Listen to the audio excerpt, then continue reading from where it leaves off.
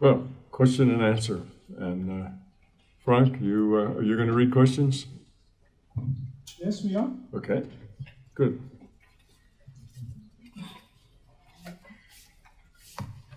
Du point de vue de MBT, comment décrire l'énergie vitale? From the point of view of MBT, how would you describe vital energy? Vital energy? Yes.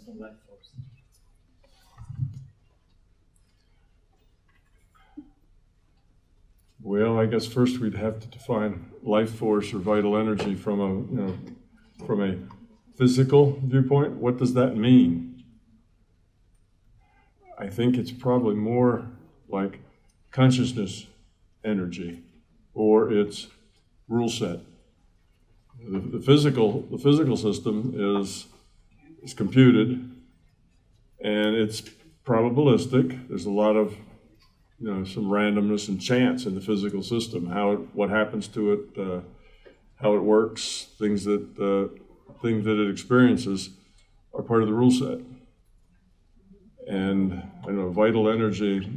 I'm not sure how vital energy is measured, if you have a measurement of vital energy, but I think more of it's a concept of us as living beings and our vitality, the things that are alive opposed to the things that aren't alive. Like we have more vital energy than a rock.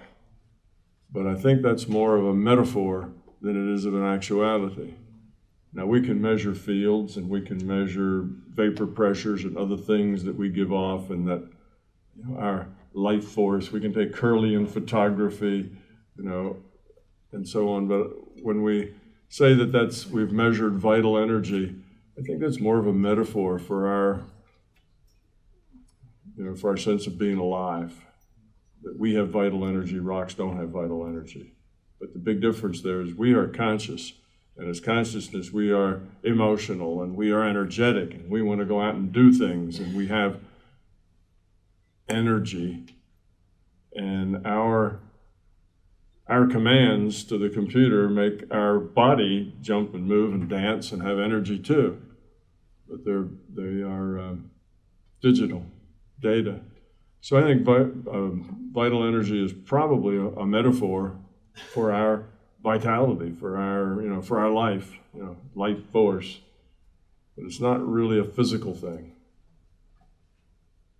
That would be what I'd say. Now, maybe there's a measurement of something that would seem like it was a physical thing, but I'd have to know about that first before I could comment on it. So far, I think it's just a metaphor that describes us as animate beings. Does an elf in World of Warcraft have vital energy? It's active, it jumps, it runs, it gets happy, it dances, it does stuff. It's a lot different than the trees and the rocks. Does it have vital energy? I suspect it does. If the consciousness at the keyboard has vital energy, you see it does too. If the consciousness at the keyboard doesn't, then it just stands there and hangs its head and wobbles. It doesn't really do anything. It has no vital energy. So I think that vital energy is a property of the consciousness more than it is of the body.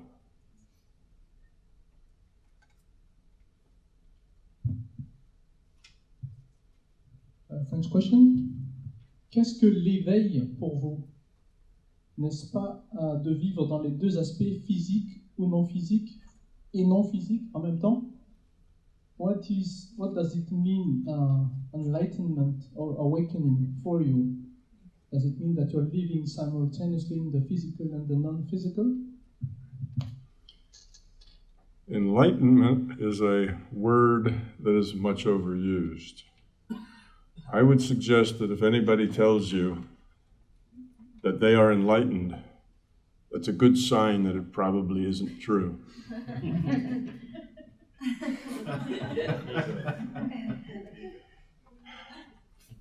Yeah, I get that a lot. Somebody says, "Are you enlightened? Or half enlightened? Or fully enlightened? Or what?" And I say, "Well, define that term for me, and maybe I'll tell you." We're all on a path of growth. We are all learning and growing. And I think we could just say that as we grow up and lower our entropy, we all become more enlightened without creating this state at the end that's called, "You have arrived, now you are enlightened." because I don't think maybe we ever arrive. I think it's always a process of becoming and evolving. Once you feel like you've learned most of what you can learn here, then you should be here helping, not necessarily working on yourself as much as you used to, but giving back and helping others work on themselves. So when do you get enlightened? The final endpoint enlightened, I don't think you get there. So if you believe that you are there and you have learned everything there is to learn and there was nothing else to grow, that by itself is an indicator that you have much to learn and you could do some growing, because that is a point of feeling that you're finished. And as soon as you feel like you're finished, you will start to be unfinished. You will start to fall apart. If you're not constantly working, then you're going to dissipate. That's just the way the world works. So I think enlightenment is a concept, an idea. Maybe it's like infinity. You know, it's one of those things you keep working toward, but you can never get there. Or like absolute zero, you know, temperature in Kelvin. You know, you can't really get to absolute zero. You can just get close. I think enlightenment's maybe something like that. Something you can work toward, and you always work toward. But no matter how much you succeed, you're not quite there yet. You always have more to learn, more to do, more to give back, more to contribute. And as you give back and contribute, you learn more. You don't, like they say, you don't really understand a subject until you've had to teach it. You know, that makes a difference. So, always growth.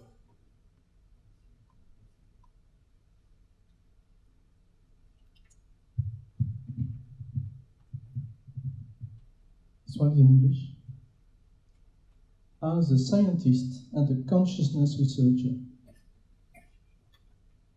which area are you most interested in? In your big toe, is there some religious, say Buddhism, or any other social ethics such as NLP? So that's one of the third question. Three questions I have. Okay.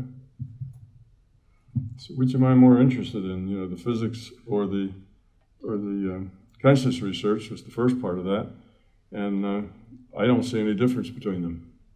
You know, they're all part of the same thing. So the consciousness research and the physics started out to be two separate things. You know, my day job and my night job. Physics was the day job, conscious research was the night job. But the more I learned and the more I grew up, the more I realized they were all the same thing. And that physics is a subset of the understanding of consciousness. Consciousness derives physics rather than the other way around. So that makes consciousness more fundamental. It's the fundamental thing.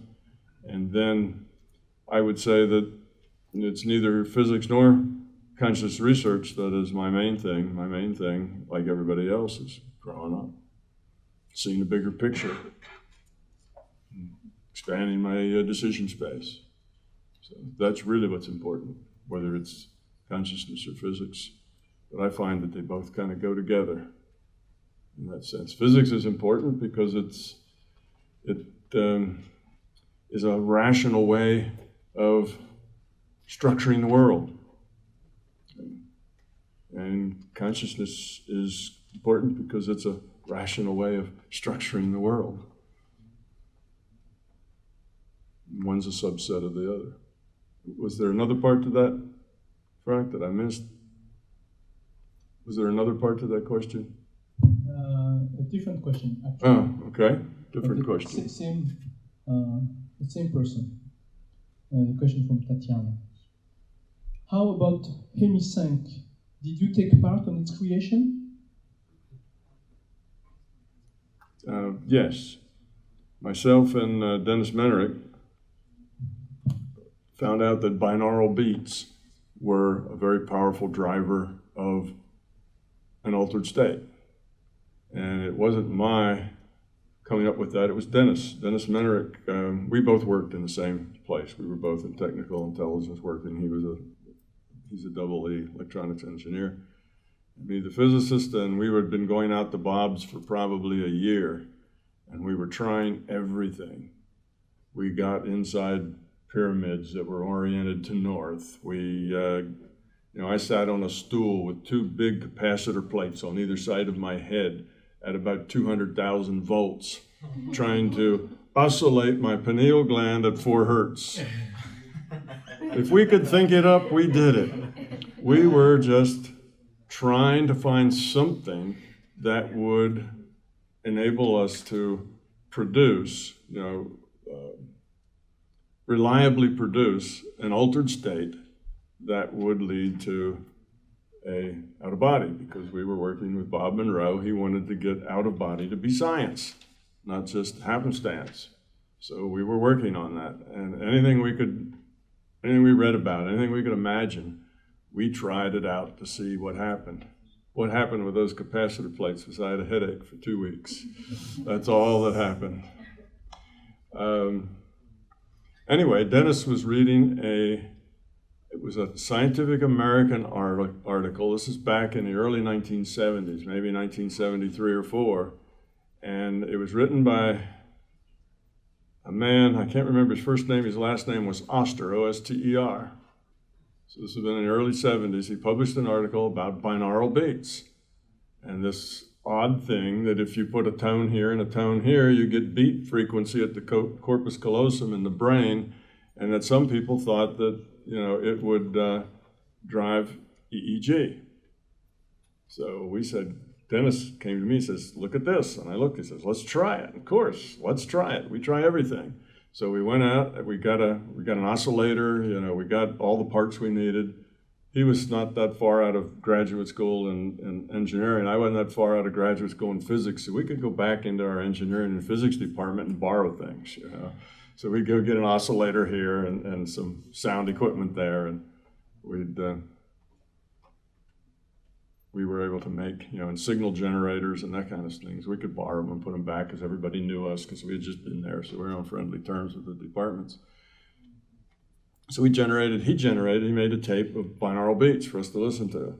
And he put it at 4 hertz because, about 3.85 actually, just close to 4 hertz, because that was a frequency that Bob reported that just before he'd go out of body, he'd feel this 4 hertz vibration state. So we figured that was the only clue we had to work on, had something to do with this 4 hertz vibration state.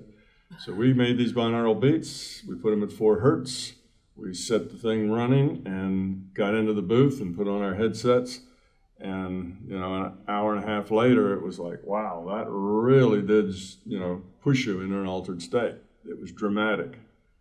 And Bob Monroe at the time was away. He was not at the lab at his home. I think he was in Esalen, in California, giving some sort of a program. So he didn't come back for a week or so. And when he did, we told him we found something that works. So that was the beginning of Hemisync. Now that is not Hemisync. Hemisync is more than binaural beats. At the time, Bob had a sound that he used to help people relax and that he thought might help them have out of body. Basically, it was a 4 hertz, almost like a surf sound, kind of a hissing surf sound that was floating on top of about a 1 to 2 hertz rolling sound. So it's sort of like the waves coming in that were the larger sound with the little going on in the background, which was the 4 hertz. And that was a nice, pleasant sound. And when you listen to it, it did kind of let you relax, the surfy sound. So then he mixed the two. He took the binaural beats and put them in with his surf. And that was the beginning of Hemisync. And since then, this has been several decades ago. Since then, they've changed it and doctored it and updated it and done experiments with it. So the Hemisync that is alive and well today is probably different from any of that. But the fundamental active ingredient at the base of it, I suspect, is still binaural beats with other things added. So yeah, that's where the Hemisync came from. Now Bob, after we tested this out on people, at first we had the sound. Dennis and I thought it was really good. Bob thought it was good.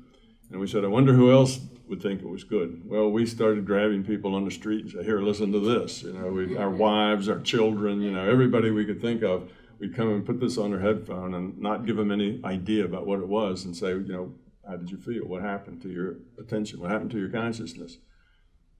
And it turned out that it affected most of them too. So then Bob put out the word, And we had in a short time, like 20 or 30 people come to be in the very first workshop, if you will, the very first experiential workshop. And that was just really worked very, very well. These people had lots of peak experiences, things they hadn't experienced before. So it was such a big hit that we started getting demand for it. And then Bob got the sound and had it patented. So now Hemisync is a patented sound. And then later, probably some, I don't know, 4 or 5 years later, the Monroe Institute became a corporation that then owned that patent and has gone on to be what it is today. So when I was involved in it, it wasn't the Monroe Institute. So that's kind of the story of Hemisync and where it came from.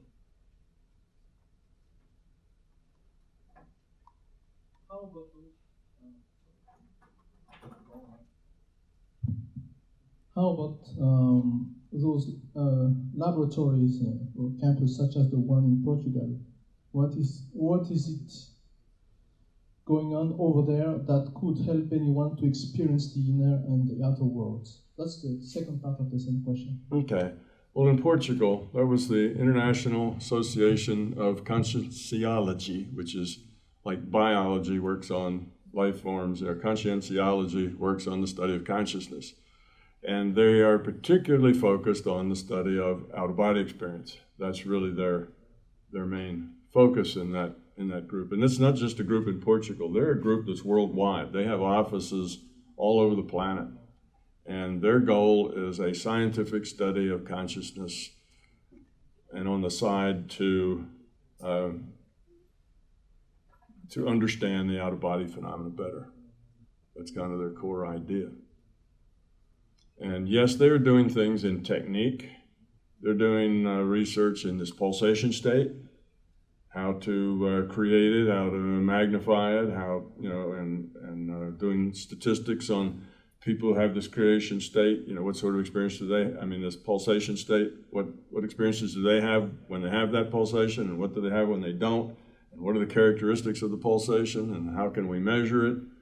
And so they're doing that sort of thing. They're looking into people's experience and trying to understand what sort of experiences end up in out-of-body states or some other, state that might be desirable. So they are doing a lot of interesting work. I found it very body-centered. It was all about the body. Everything derived from the body. So the body was the fundamental reality, and then the body caused other things. So this life force was a force that came from the body. The bioenergy was probably life force by another name, is stuff that came from the body. The out-of-body body, the astral body or whatever you want to call it that they talk about, that comes from the body. So everything comes from the body. The body is the main real thing. Now the astral body that goes out of body, that's a real thing too, but it lives and comes with the physical body and has to be connected. Interestingly enough, I thought almost nobody in this day and age still was into silver cords, but it turns out that many in the IAC still have, silver cords. Some do, some don't, but a lot of them do. Silver cords is one of their things they, think about. Why do some people have it and why don't? But they try very hard to be scientific. They're trying very hard to make this science instead of just guesswork. They kind of had the same idea Bob Monroe had. Let's study this and see if we can't make science out of it. So that's what they're about. They didn't really get at a very deep level what it was that I was trying to explain, but then I only had an hour. That's not much. You can't explain very much. So I really didn't tell them very much in an hour for them to get much out of it.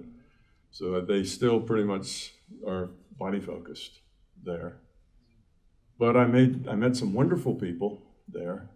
They're very nice, they're very real, they're enthusiastic about their work, they're open-minded, they're excited. So I met some really fine people, and I hope that I'm going to make some connections that will take those introductions and do more with it. There was some research that was being done with a man who puts his head and sometimes his hands in an MRI machine. He has access to an MRI, which is amazing because MRI machines are very expensive and time on an MRI is very expensive. But he found a doctor, a group of doctors who were interested in the subject, so they said, sure, you know, weekends or something, you can come in and use my MRI. So that's like somebody just dumping a pot of gold in your lap. So he's gone in there and then he does experiments with it. He has it watching his brain while he meditates, while he has a pulsation state. He puts eggs in it instead of his brain, and then he tries to put bioenergy into the eggs or whatever. So he's just doing experiments.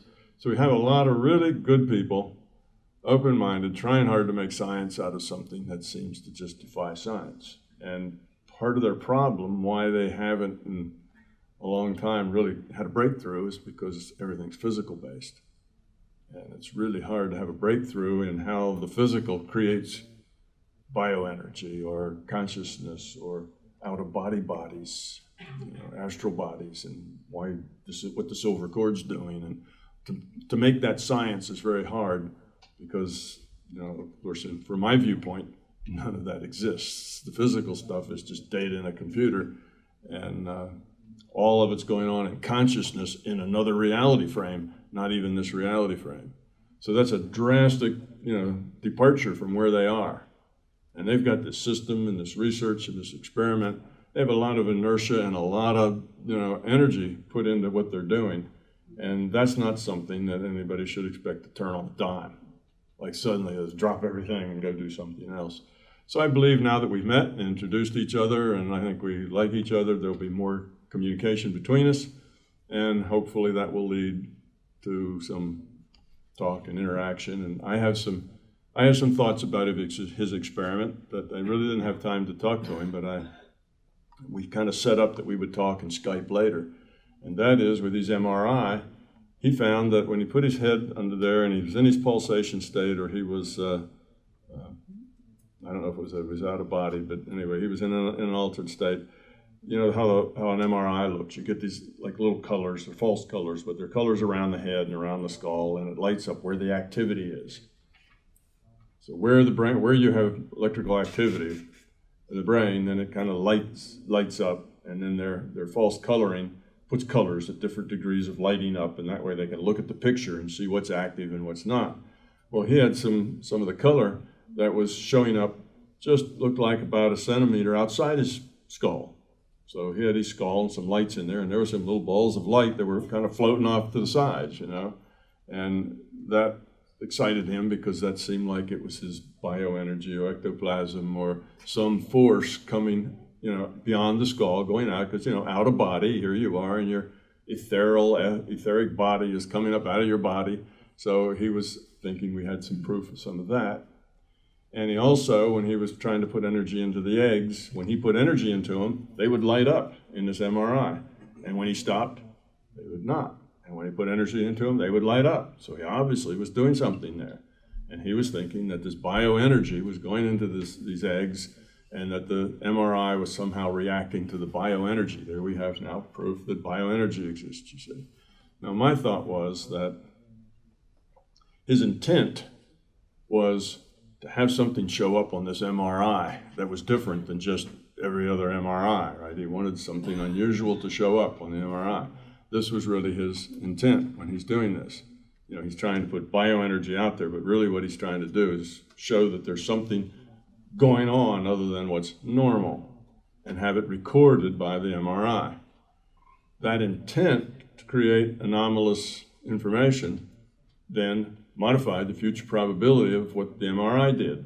The MRI is a hugely complex machine, very sensitive, with a lot of mathematical analysis going on to go between what you get out of magnetic resonance and this little color picture that you get. There's a whole lot of processing going on there. And that processing can be very sensitive. So you can move it a little bit, you know, like the guy with his mind making the pH of water go up a little bit. You know, you can affect that process with intent And I think that's why the little balls of light kind of floated out from the skull a little bit. They didn't go too far, it's not like way out here, but they did obviously get past the skull line. So that could be a reason. And with his eggs and water, and he put other substances in, again, this is nuclear magnetic resonance. The nuclei have spin. The spin creates a magnetic moment. You put a very strong magnetic field on it, and all the spins line up in the magnetic field. And that's the resonance that they then measure. They sense that with their sensors. The computer takes that and decides where it is and so on, and then you end up with a map. So MRI is nuclear magnetic resonance. NMR. Oh well. Anyhow, that's the idea. So I think he was using his intent to modify the uncertainty inside the egg, inside the water, whatever, to be a little different, that little structure in there. Of course, that's the little things, like the electron. You know, you can use your intent to modify things with a lot of uncertainty. Well, all the particles with nuclei inside the egg, he could maybe modify those with his intent, some small amount, to react to the machine, or modify the machine, or both. So I think he was maybe changing things in both of those with his intent. Intent changes reality. So that's what I will talk to him about when I get to see him, or after he sees this video. And my thought was a good experiment would be, and a cheap one, he's in Portugal. The MRI that he works with is in Brazil. So he goes to Brazil and does this work. So my thought that he could just get on the phone and call up the people at Brazil and say, hey, at such and such a time, on such and such a day, I want you to run the MRI and put some eggs in it, or, you know, put a coconut in it or whatever, and then get on the phone with those people and they'll say start. And then he would put, you know, he'd do his thing, right, with his intent. And then they'd say stop, and he could stop. This is what they did when he was there. But he was in the same room with his hands in it or around it or something. And now he would be, 4,000 miles away?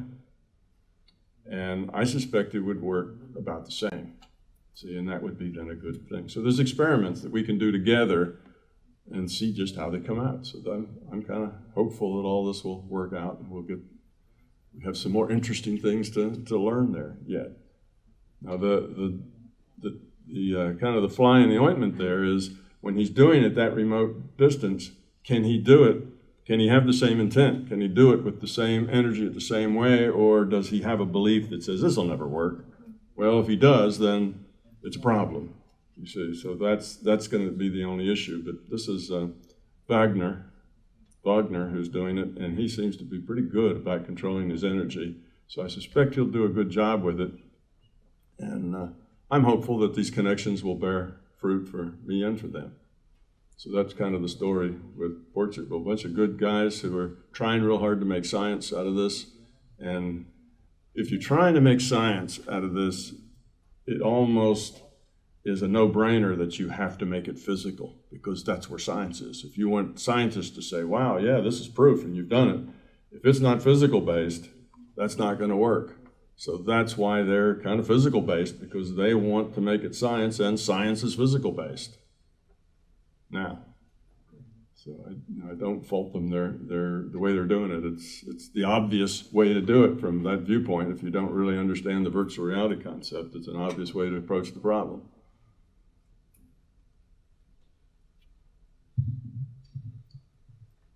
You said yesterday, that was actually Thursday, that the world is not only expanding, but it is also accelerating. Mm-hmm. Would it be valid to our micro-universe? I mean, my impression is that everything is happening so fast, values and traditions, same for distances, which are dissolving somehow. Machines can do almost everything better than people. If the microcosm is expanding and accelerating as well, where are we going?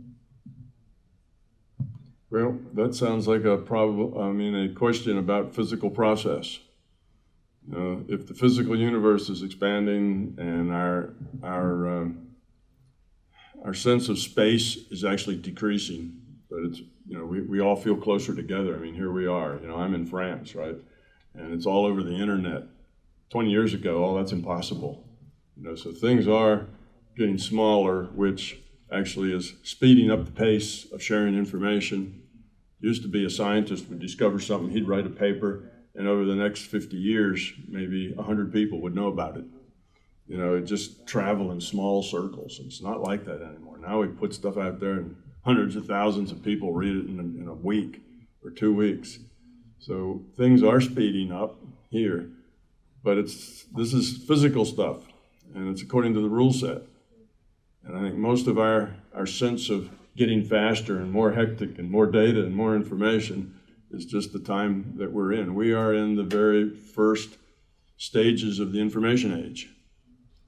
And we are going from the pre-information age into the information age. And it creates a lot of stress, and it creates a lot of opportunity.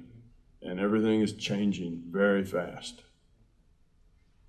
We haven't seen anything yet. We're just at the beginning of it. You know, think, 1 or 2 years into the industrial age, you know, and somebody invented steam engine, you know, and that's where you are, and that's like really different, and wild and crazy, you know. You can't even imagine a Ferrari tooling down the Autobahn, you know. It's out of your perception, or a jet airplane, or a rocket going to the moon, you know. All those things are just way out of your reality. Well, that's where we are in the information age. We're just at the very beginning parts of it. We're just beginning to see the good and the bad and the ugly that can come out of this information age, and then figuring out how to make more of it good and less of it bad and ugly. It's a challenge. So we find ourselves in stressful, quickly changing times. And when things change quickly, that's stress. That puts a stress on us to change quickly with them, or kind of get buried in the process, become obsolete very quickly. So these are very interesting times. But all of that now is what's going on in the physical world. That's what our avatars have been busy doing as we give them instructions on what to do. This is what we've made. And the quickening pace has been going on since probably cavemen figured out fire. And suddenly, you know, things got quicker. Probably things sped up after you had fire, you know, and then you got a wheel, and then things really sped up after you got a wheel, and you could move stuff around, and you had transportation, and people could do, and then you tamed the horses, and you could climb up on a horse and go faster than you could run for longer. And technology and discoveries have been making us go faster and faster, and pushing us more together, and creating a place where we can interact better than we could when it was just, you know, you and your brother sitting in the field watching your sheep eat grass. That things didn't move as fast then. So that's the, you know, and we're just different. A lot of us, our jobs aren't producing food. I mean, it used to be there was only one job, and that was producing food and maybe producing shelter. We just worked on basics, and everybody was involved in the shelter food production process. And then, of course, we had war. Then it was shelter, food, and, you know, defense, security. Those were the basic things that needed to be done, and everybody was in one of those professions. Well, it's not like that now. Probably more than half of us are in service industries, where we just meet other people's needs. That's kind of new. Things are changing quickly, and they will change even more quickly. It's accelerating, just like the universe. It's picking up speed. The more you know, the easier it is to know more. We live in interesting times. That's an old Chinese curse, right? May we live in interesting times.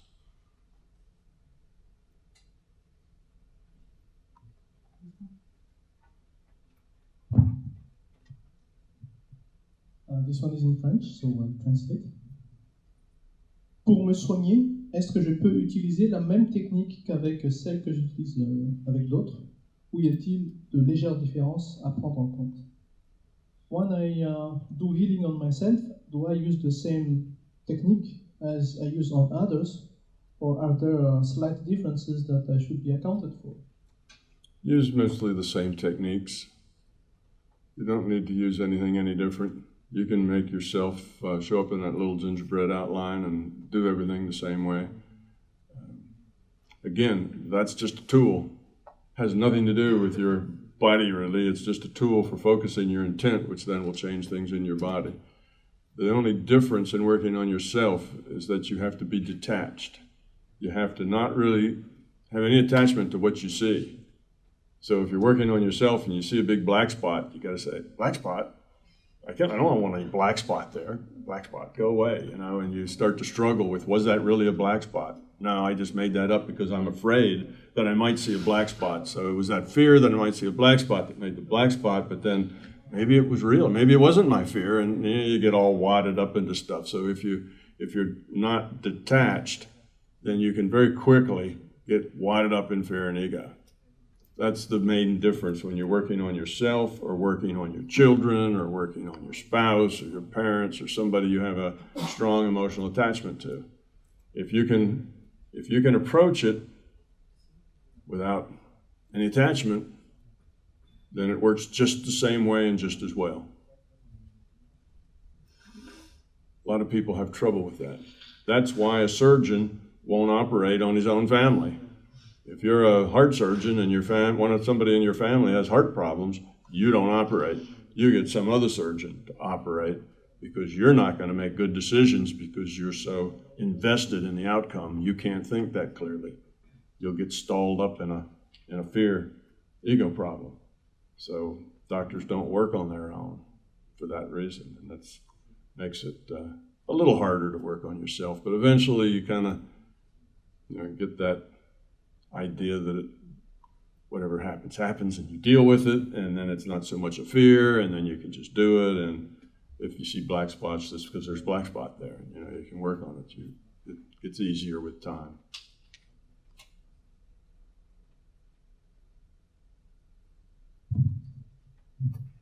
Another French question. Après intégration de cette nouvelle science, j'ai la sensation d'un certain pouvoir possible sur moi-même. Y a-t-il un risque de dérive? Dois-je me méfier de mon pouvoir intentionnel? After integration of this new science, I have the feeling of a certain possible power on myself. Are there possibilities to get astray? Should I be cautious about the power of my intention? Yes. You should be aware. Knowledge brings responsibility. Those two go together. If you have knowledge, then you have responsibility for that knowledge. So if you realize that you can affect things, you can affect other people. You can put ideas and thoughts in other people's minds. They will feel that as their own intuition. You can influence future probability. That's a lot of responsibility. So you should take that responsibility seriously and be cautious with what you do and with your healing, that you just don't have the idea that, well, I can make this happen and I know it's best, so I'll just do it to you.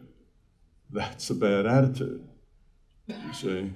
So yes, you do. But the other side of the coin is, don't be so cautious that you're afraid to do anything because it might be wrong.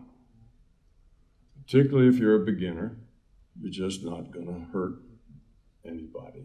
Just practice and go do it, because you're just not going to bully anybody around, particularly if you're just learning. Now, if you've been doing this for 20 years, you might think a little more about it, and you'll know as you get stronger, and you'll say, wow, I really had an effect there. And as you feel that, you'll start to say, wow, I need to pay attention of just how I'm doing and be more sensitive to it. But until you get that sense of really having an effect there, practice. Otherwise, you get caught in this catch-22 of, I can't practice because I don't know what I'm doing, and I don't know what I'm doing, so I might hurt someone. So I can't practice, so I'll never know what I'm doing. You see, you can't get here from there. You're just stuck in a loop and can't get started. So don't let that happen. So I'd say just go and practice, but be careful, be caring, be loving in your intent. And sometimes you can practice just by giving people good health, good feelings. you know, the good vibe thing, you know, just be well, be happy. You don't have to heal their liver. You can just be happy. Or you can do general things like have clarity. Just give people clarity. You can give them courage. You can give them stamina. There's all kinds of things you can get them that are non-specific that isn't going to hurt anyone. You see? So you don't have to do anything invasive. You can do things that are just generally helpful, and you'll get generally helpful results. Of course, you do things that are dramatic, like work on a tumor, that has a chance to have a dramatic result, whereas feel better isn't going to be so dramatic. But still, if it's somebody like in your family, and you do a feel better, and they do feel better, and you do that 100 times, and 80 of them, they seem to feel better, and if you don't do it, they don't, then you'll still get some feedback on that you're doing something, that it's working. So don't be paralyzed with, I'm afraid to do anything because I might do it wrong, and don't be reckless with, I've got the power, I can do whatever I want. You have to work in between those two extremes. And the more you grow, the more you become love, the lower your entropy, the easier it will be to understand that dividing line. Where do you stop? You'll be able to sense an illness. The first time you go in and look at that illness and start to heal it, you'll know whether that's one you should leave alone or that's one you can work with. As a beginner, you don't know that. You can't do that. Eventually, your ability to be responsible and your ability to discriminate will grow along with your ability to have an effect. Those will grow together. So just go do it. If you can, if it's possible, ask permission. You know, if you think that if you try something and it doesn't work, leave it alone. Don't just, you know, I mean, if you've given it a real good try, you've worked on it for 2 weeks, you've done all this and nothing happens, it probably means that's something that you should just leave alone. So don't just keep trying to hit it with a bigger and bigger sledgehammer until you get it. Just let it go and say, well, that one didn't work out. Let's go do something else. So the general rule of thumb is be caring, be gentle, and be alert, be aware of what you're doing and why you're doing it, why you're doing it particularly. All right, I can put an idea, a thought in someone's head. Am I going to work on the boss to give me a raise? See? Am I going to work on my children to, you know, behave? Am I going to work on my spouse to be the way I want? Am I going to become this master manipulator that, you know, with my fingers up everybody's back, you know, making them be the way I want them to be? No, that is not a good idea. Oh, I can see into the probable future. Am I going to find out everything that's going on so that I can be ready for it and manipulate it to my best advantage? That's not a good idea. You just want to take life and deal with what comes. That way you can learn. If you start manipulating things, how are you going to learn anything? You see, you're meddling with the reality to minimize your learning opportunities. Why would anybody want to minimize their learning opportunities? See, so this is not a good idea to do those things. And the more you grow, the more obvious those things are. The people that right away want to go out and rule the world, they will not get too far in their power. You see, they'll never get enough power to probably rule the world or to even get too close because they've got all that ego. They've got, you know, which the ego comes from the fear, and how much are they really going to ever be able to do as far as power? Not much. So that way it's self-policing. Those who would abuse it don't get much strength. Those who would not abuse it get the most strength. Makes you feel better, doesn't it? Yeah, but it is kind of self-policing that way. Okay, what's next? English, this one. If we start with a clean slate, as stated on page 581 in MBT, when reincarnating, why do so many people experience past life bleed over, like phobias, bodily pain, or even birthmarks? Yeah. That happens sometimes. It's not typical. It happens in the margins, and it can happen for a couple of reasons. sometimes a person has such a strong reaction to something, such a strong experience, you might say an obsession, something that just completely took over their awareness and their consciousness, gets so tightly focused on it, that it does carry over. And it's not that it carries over as an intellectual thing, it carries over at the being level. Remember, you start with that individuated units of consciousness being level. And with that being level, you get whatever that individuated unit of consciousness had in their being level. And yes, you can think at the being level, and you have fear at the being level, and you have ego at the being level, and you have all that stuff at the being level, not just the intellectual level. You can have that stuff because that's what you are. The being level is your core.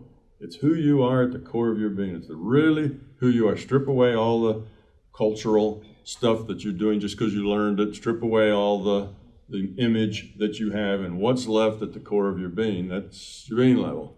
And there's fear in there, and there's ego in there. See, there's all that stuff.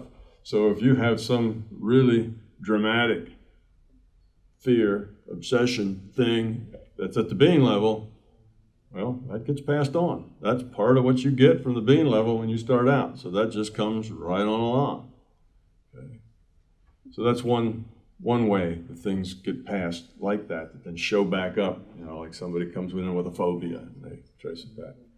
That's one way. Now the other way, well, there's several other ways. The next thing that can happen is that past lives become a good metaphor for therapy.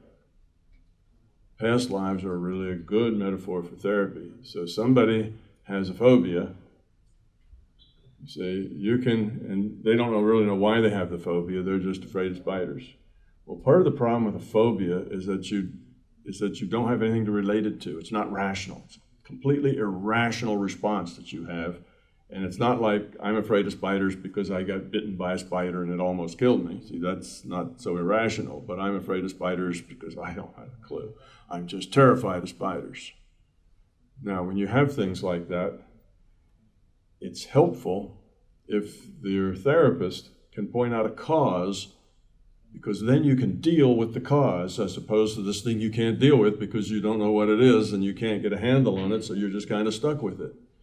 So often we can then have a past life regression, find the problem in a past life, give the patient something to deal with that's there to deal with, let them put their energy into dissipating that, and as they dissipate that, their intent is to dissipate this fear, right? But they're dissipating it over here in this past life, and then they get better.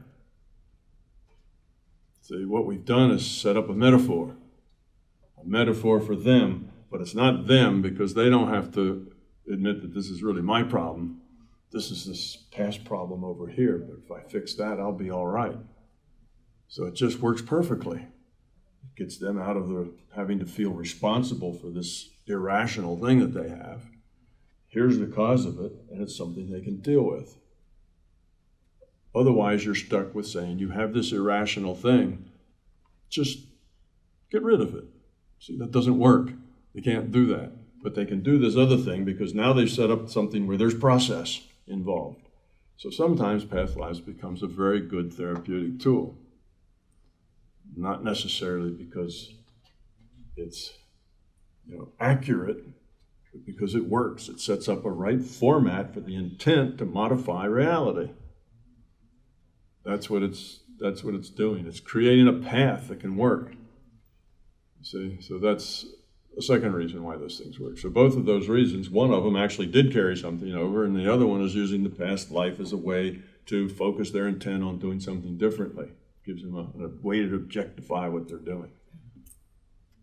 The third thing that can happen is that the larger consciousness system is always trying to wake people up because it wants people to grow up, and people grow up better if they actually have a clue about growing up. You can always play a better game if you know what the rules are in the game. So it would like people to wake up and see a bigger picture when they're ready, when they can deal with that, when they have an interest in it, when they can use that information. And often they do that with some sort of strange, maybe paranormal, maybe synchronicity, some kind of thing that kind of shocks people into thinking, wow, this reality is more complex and bigger than I thought it was. So lots of people have paranormal experiences. A survey, the last one I read, it was close to 80% of the population says they've had at least one paranormal experience where something really weird happened to them that was unexplainable. Why do these things happen to people? It's a wake-up call. It's a thing to say, hey, look, reality's bigger than you think.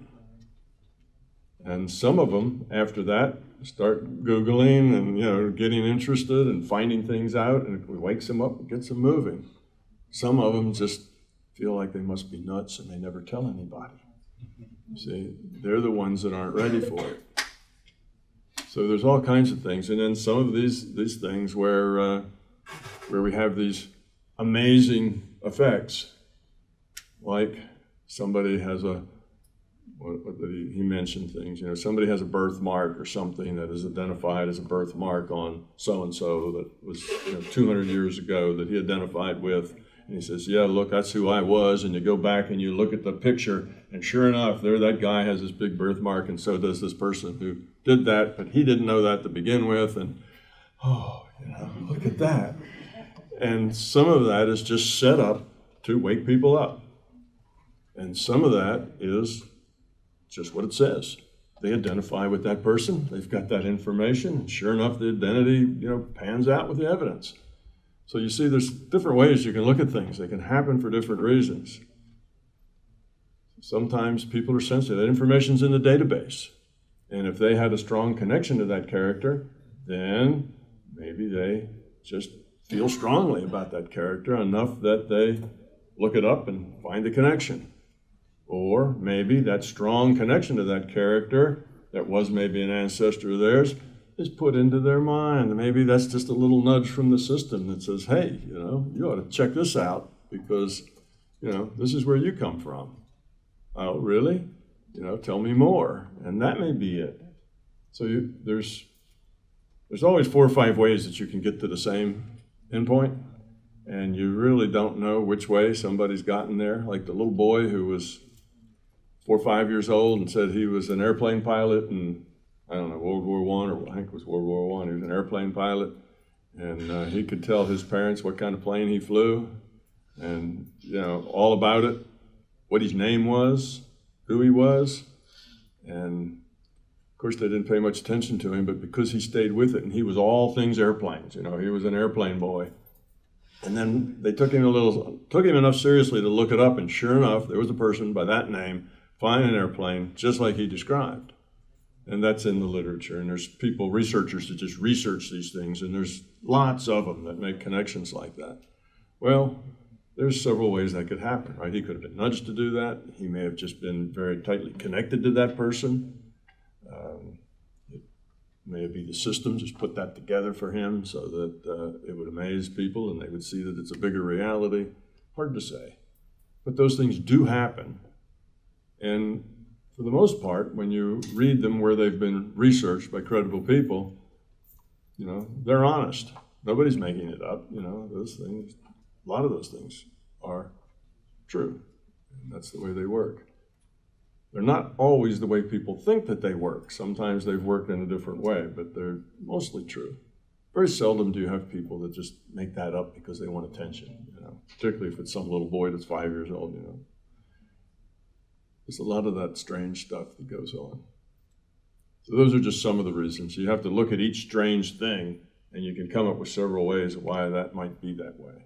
It's not just the most simplistic thing that first comes to mind. Sometimes it's something else.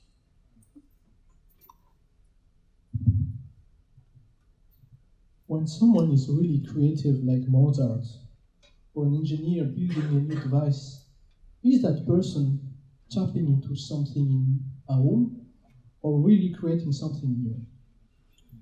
Well, probably both. Someone like Mozart or Beethoven. Really creating something new. Yeah, someone like Mozart or Beethoven, they seem to come in with a skill, right? You see children that are 3 years old playing the piano, playing classical music, you know, maybe they're 5 or something, and they obviously have a talent.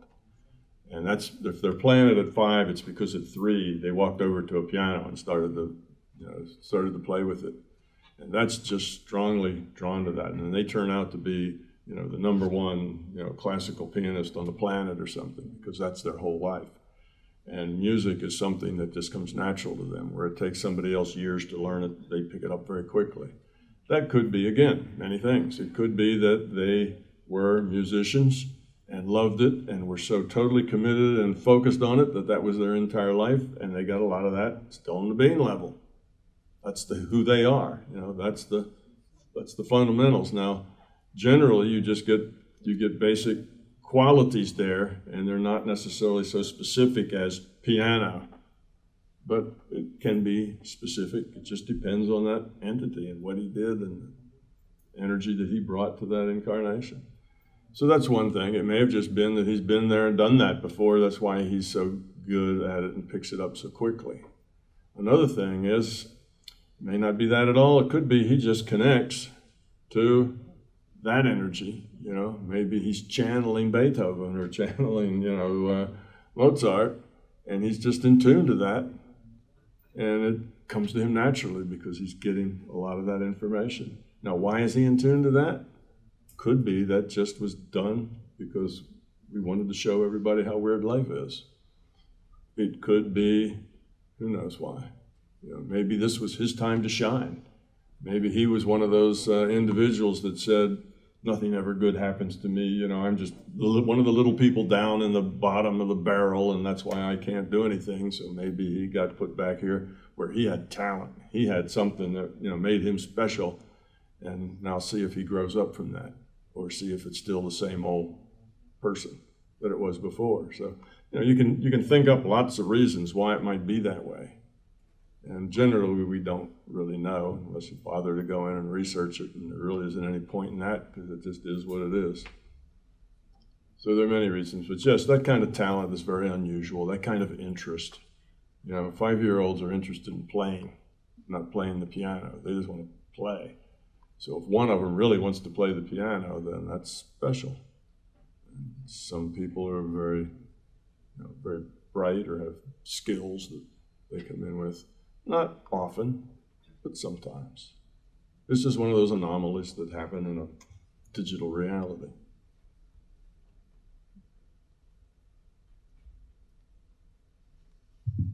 French. Y a-t-il des exercices qui permettent d'accroître la puissance de l'intention? Si oui, lesquels? Are there exercises to increase the power of intention? If so, which ones? The best exercise, of course, exercising anything, the way you do that is by using it. Whether it's you're exercising your muscles or your mind or whatever, you exercise it by using it. That's one of the good things about doing like the healing and remote viewing. You're using your intention, and then you're seeing how well you did it because you look at evidence. Those are good things to do to practice your intention. And if you do things without feedback, that's good practice too, but it's not as effective. You learn faster if you have feedback. But you can still learn without the feedback, it just takes longer. So the way you increase your intention is to use it. Do things with it. Intend. And be aware of what you're intending that you're not aware of now. I mean, you're intending all sorts of things as you go through life. You're making hundreds of choices, and all those choices flow from an intent to do something. Be something. What is that intent? Become aware of it. And once you become aware of it, then you'll start using it more. You'll have an intention. That will come to the front. So just use it. Be aware of it is how you make it stronger and steadier and get rid of the noise from that intent.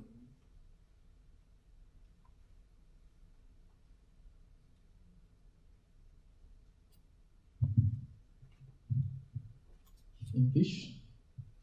At what point is our higher self integrating our avatar?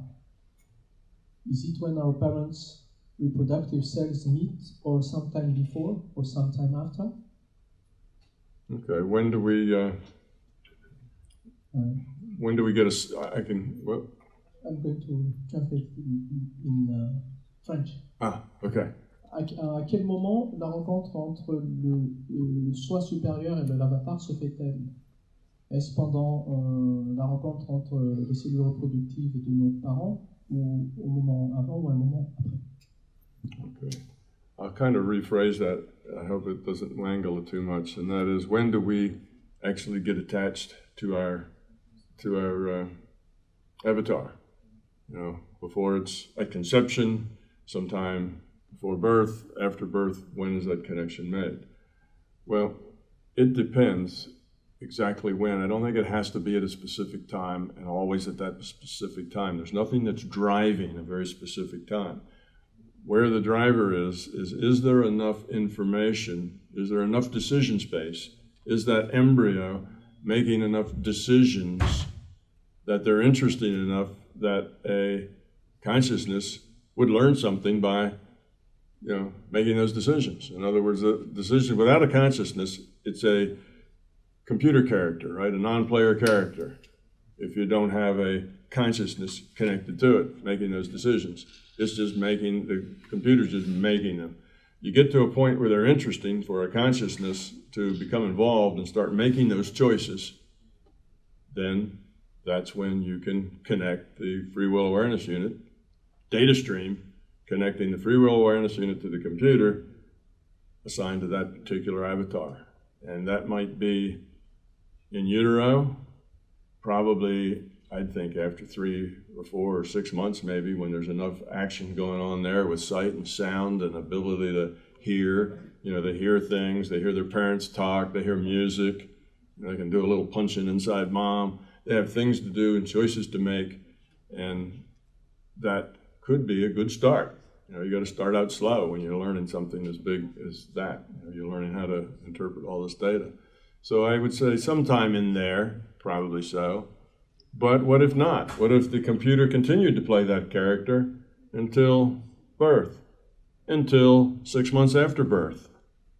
Wouldn't be a really, you know, that wouldn't be a terrible thing, like something would break or wouldn't be right. That could happen too. So it's not like a point that it has to happen. It's just whenever that match is made. So it could be later. Now, you wouldn't want it to start, you know, when it was 16 or something, because then you'd have a discontinuity. You know, you'd have this personality and this other thing that had gone to this point. Now something comes in that doesn't know what it's doing and can't pick that up, and then you'd have a big personality break. This person was kind of like this person, and then suddenly they become a different person inside as far as their consciousness.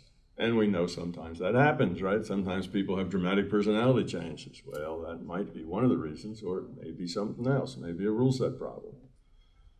So typically, though, that's way off in the margin. Typically, though, it's going to be sometime early on, because that free will awareness unit is going to get immersed in that experience stream. Just, you can think of the same with the elf. If you were immersed with that elf, so that's all you did 24/7 is you were with that elf. Seeing what that elf saw, hearing what that elf heard, you know, experiencing what that elf experienced, then you'd be immersed in that game. And you wouldn't want to do that if all the elf was doing was, you know, sitting down, not doing anything. It wasn't capable of doing anything. You want to wait until you got some action that you could play the game. And I think it's the same way here. So it doesn't really matter. It could come in very early, could come in a little on the later side, but probably not too late. Otherwise, you'd create a personality change. And a personality change at 1 year old probably isn't very noticeable. Personality change at 5 years old would be very noticeable. Besides, there's a lot of things to learn between 0 and, and 1. So a lot of learning goes on there. You wouldn't want to miss that. So I think that's the timing as far as when this gets together. And as far as exactly what avatar a consciousness gets connected to, that's mainly part of a process of deciding to reincarnate. And generally someone more expert in what's available as far as the avatars available at this time. As I think the metaphor I used before was like a real estate agent. A real estate agent knows thousands of houses it's hard for you to know about thousands of houses. You know, these experts know lots of avatars that are available all over, different races, different sexes, different everything.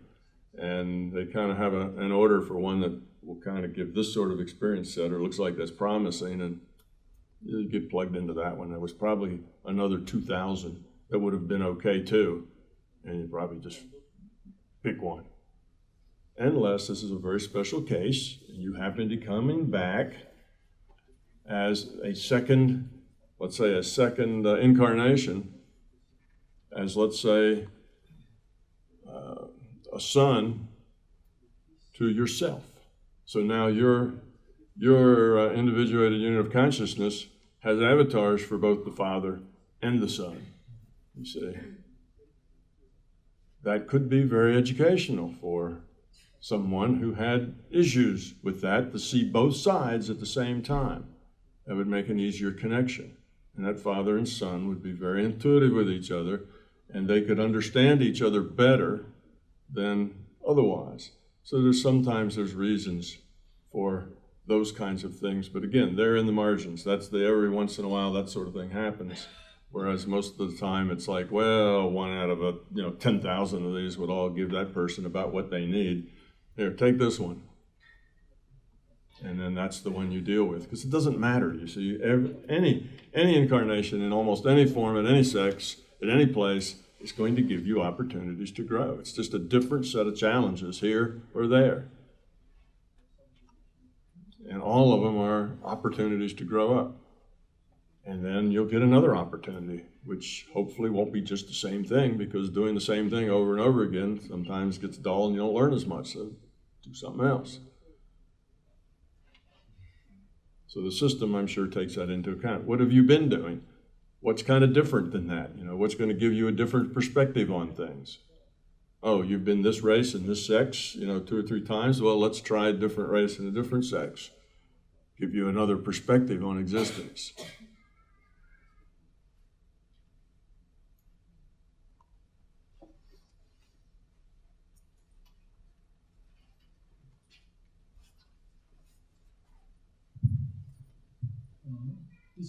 This one is French.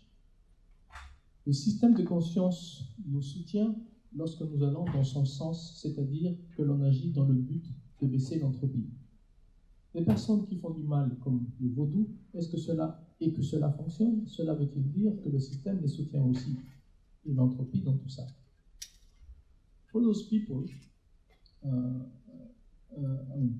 the larger consciousness system, when someone is following the flow of the larger consciousness system in the goal of reducing entropy, then we are supported. What about those people who are doing evil like voodoo and it works? Does it mean that the system is also supporting them? What about entropy? Yeah. No, you have free will, then you must have the ability.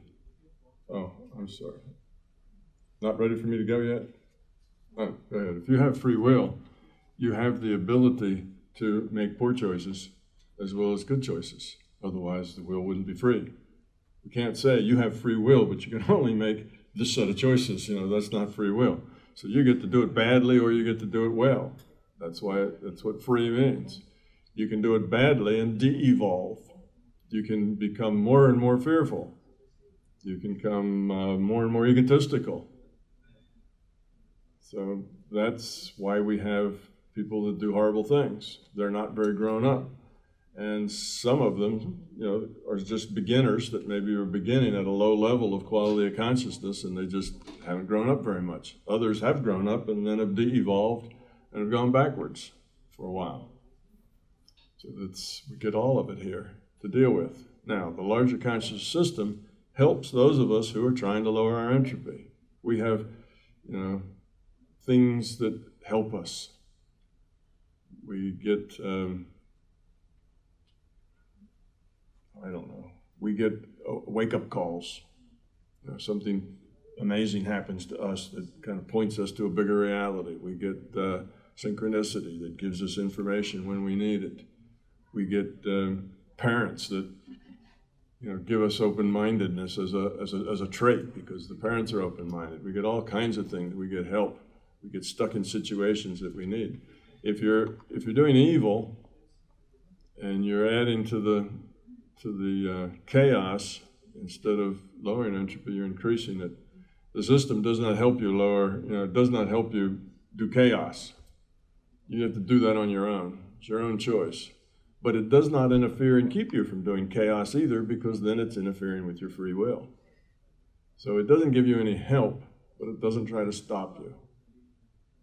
That's just the way the game works. Free will's free will, and you can't say, you have free will, but if you do something I don't like, I'll override your free will. That's not free will. So if somebody's evolving and doing something awful, then that's the way it is. The system doesn't come in and fix it. That would be meddling. That makes our system not really reflect us anymore. So that's the difference. The free will help those that are progressing, and it'll leave the ones that aren't alone. Now, it may even help them to progress too. It may still give them opportunities. It may come to their intuition and say, straighten up. You're a miserable person. You need to do better. Look what you're doing here.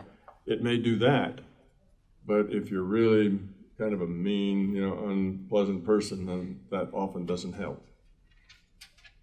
So the system will probably do what it can, but for people who are evil, there's just not much you can do. Let them work that out, and then maybe next time put them in a incarnation that's a little easier, not quite so challenging.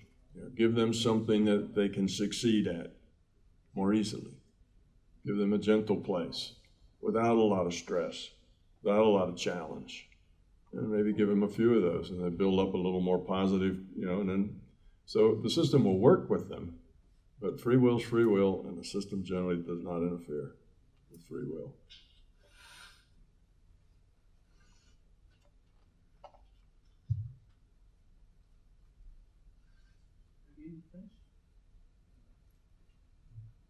French. Sortie hors de corps et guérison à distance. Ne risque-t-on pas de tomber dans le délire de superpuissance ou de surpuissance, de surdévelopper son ego et de croire que c'est nous qui faisons tout? This is about out of body and the healing. Is there the risk that we become trapped into the illusion of superpower and overdeveloped ego, and believing that we are the one who is doing everything? What was the question? Yes, some people do get that way, but what was the question? The question that, is there a risk? A risk? Yes. Is there a risk that that can happen to us? Sure. If you're de-evolving and your ego is growing and going positive and negative gets self-reinforcing. The more positive you are, the easier it is to get more positive. The more you know, the easier it is to know more. The more negative you get, the easier it is to get more negative. What's hard is to turn around. What's easy is to keep going in the direction you're going and going further. So you get into a negative downward spiral, it can get pretty low. So is there a risk of that? Sure, there's a risk of that. And that could happen to anyone. It's like I say, if you take any individual randomly picked out of the 7.5 billion people here and put them in charge of the world, you'd probably end up with a despot, because the average person doesn't have a very high quality of consciousness. So we all kind of have that in us, and most of us aren't despots because we don't have, the world won't let us. We don't have that much power. So it's not, we shouldn't see ourselves as so grown up. Here we are, nice people. Well, how nice would we be if we really had the power to change a lot of things? Or would we start to look like fascists? Would we start to look like despots if we had that kind of power? That's a good question to ask. If you were the suddenly you got a power and everybody would do what you said, you know, run that through in your mind a little bit and see just how far you take that. And if you started changing things because you know best and you know how it would be right and you'd make this happen and that happen and there's, you know, no more of this and more of that, sure, it would all be for good because you're a good person, but you'd probably very soon find out that it was all not working very well for you. You were running over all kinds of people's free will, and that a lot of bad things were happening, even if you started out with a good intent, because you can't run other people's lives. So the enlightened leader is one that doesn't want to run people's lives, that wants to help the people run their own lives. But yes, we can all do that. We can all de-evolve if we aren't careful about the choices we make. Give us a little power and it probably would go faster.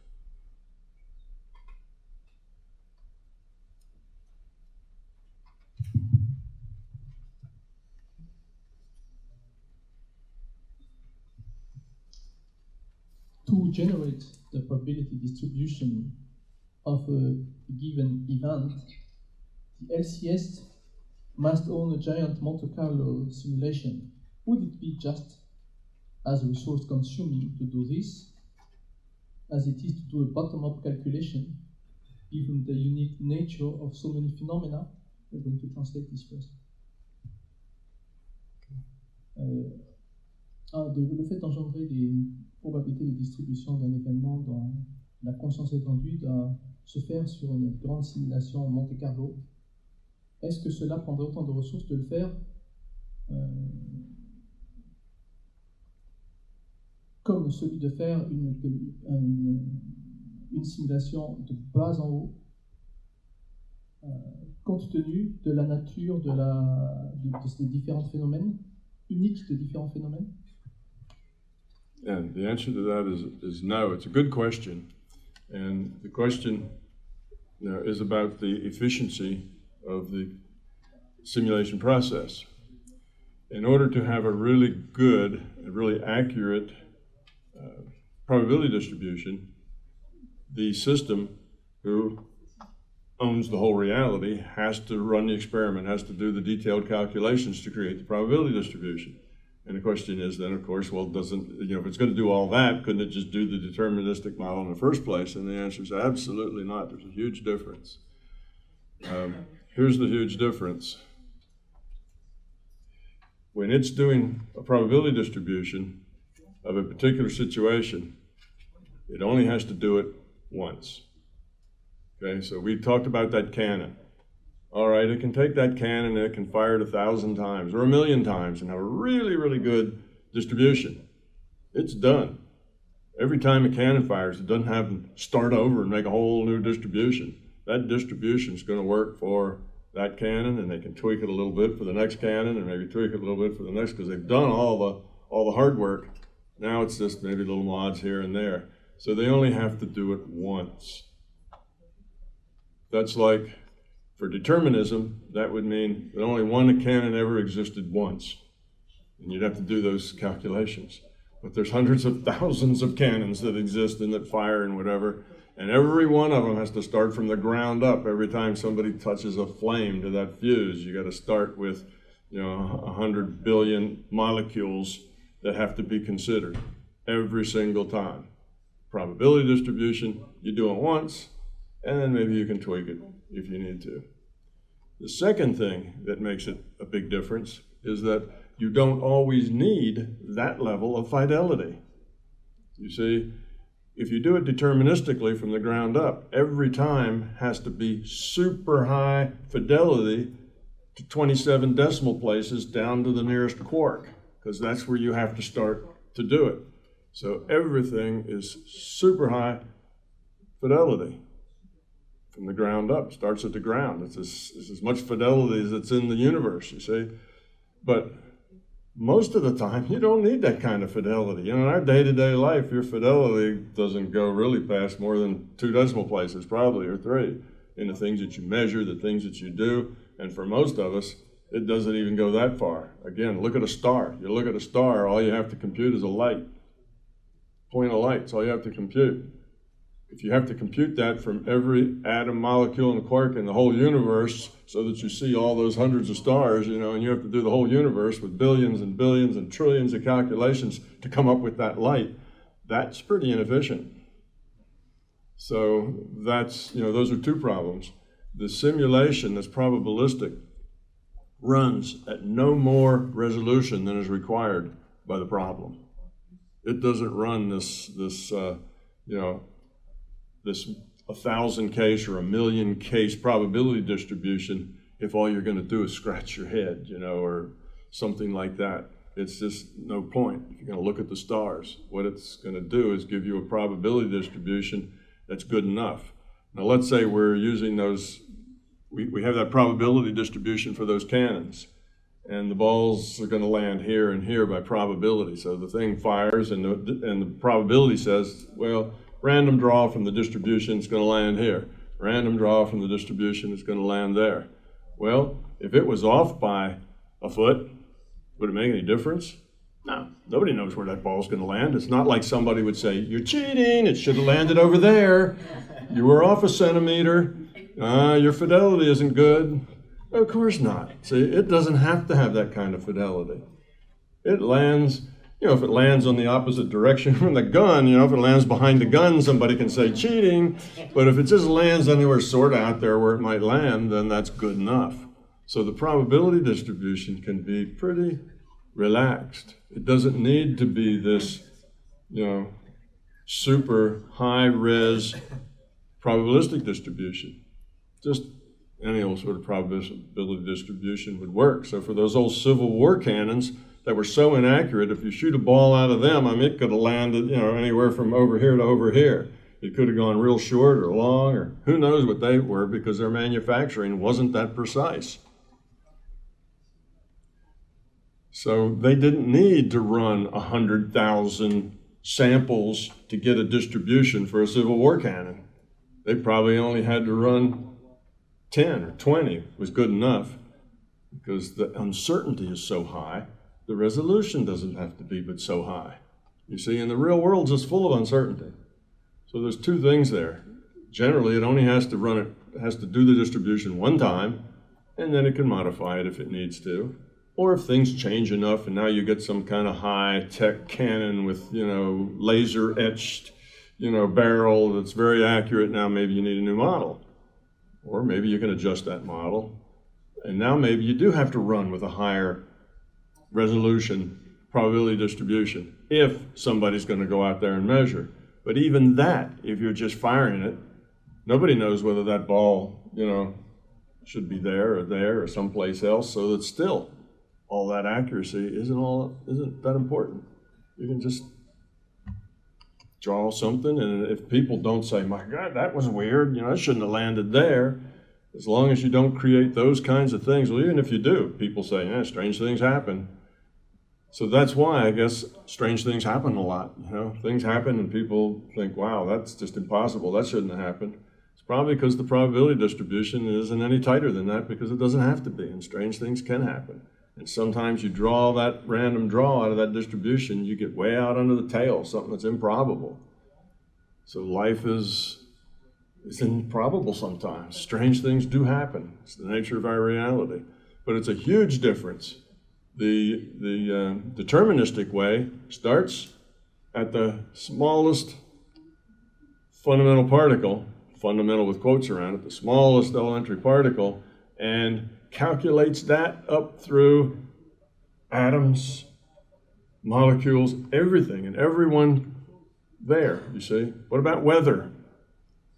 You know, if you're going to do it deterministically, we need every molecule of nitrogen, every molecule of oxygen, every molecule of every gas that's in the atmosphere, the temperature precisely at every spot, you know, in our atmosphere, et cetera, right? So that we can do it accurately, deterministically. Who would want to do that? You know, it gets hot, it gets cold, the wind blows, you know. You can have that kind of a probabilistic model, and it's very low fidelity. And then, like I say, it takes fractions of milliseconds to create effects. And as long as nobody can tell that there's a problem with the effects, it's good to go. So there's a real big difference between the requirements to run a probabilistic reality and the requirements to run a deterministic reality. The differences are just huge. The deterministic reality is so cumbersome, so inefficient as to be kind of a ridiculous way to do business. It's the same problem that we have with the many worlds theory. Some physicists have gotten this problem with determinism, and it puts them in a bind. Because if you have determinism, then you have we're kind of locked into this one game. And if they don't like that, then they have this many worlds. That means every time something different happens, it creates a new universe. Okay. So some electron someplace flips its spin one way or the other. A whole new universe has to be built where that electron's that way and not this way. And if I scratch my head with this hand, there's a whole new universe created where I scratch my head with the other hand instead of this hand, you see? Every time you do something different, a new universe has to start that has that in it as opposed to this. Well, look at all of us in here, interacting with each other and all the things we're doing. How many million universes per second have to be generated just with us, much less the other 7.5 billion people here who are doing everything differently, and all the electrons that are changing state and whatever. Well, that theoretically, yes, that kind of solves a problem. You get to have everything instead of just this deterministic one little line that's happening because nobody can actually say why that should happen. What's the point of that? There is no point. Well, then they say, well, the point is that we get to explore everything. Every possibility gets explored in this multiverse of parallel universes. That makes us feel better because now it's not just this little thin line of nonsense that we're living in. You see, it's all the possibilities. Okay, that makes more sense, except it's absolutely ridiculous as far as the implementation. So theoretically, that solves a problem. As far as this being a real reality, in a real system that actually has to be computed or generated, it doesn't make any sense at all. It's when you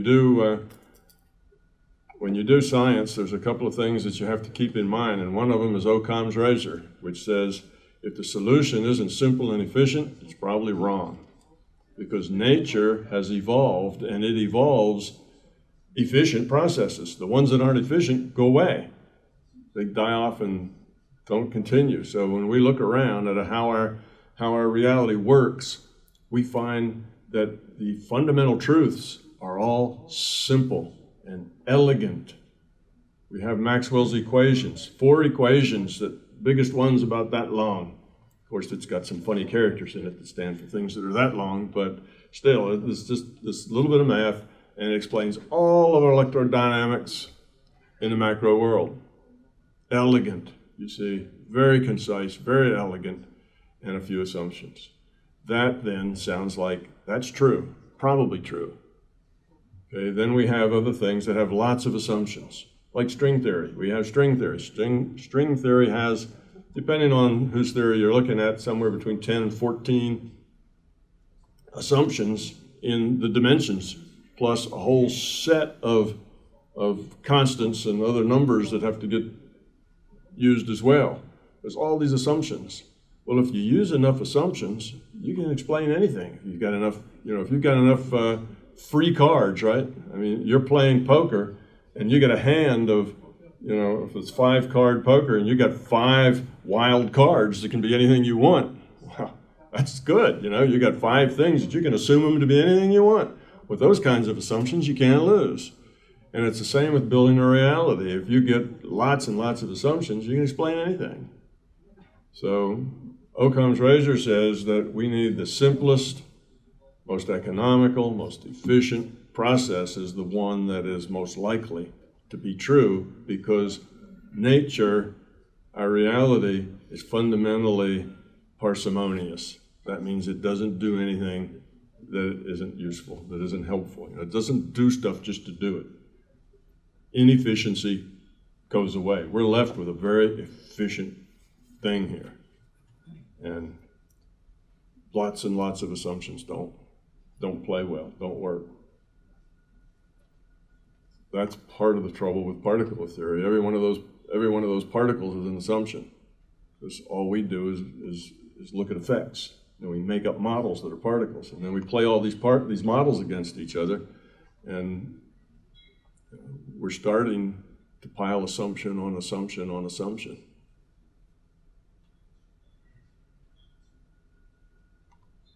Truth is simple. Truth is generally elegant. When you get the truth, it's just this little simple truth explains this and this and this, and everything falls into line when you get a truth.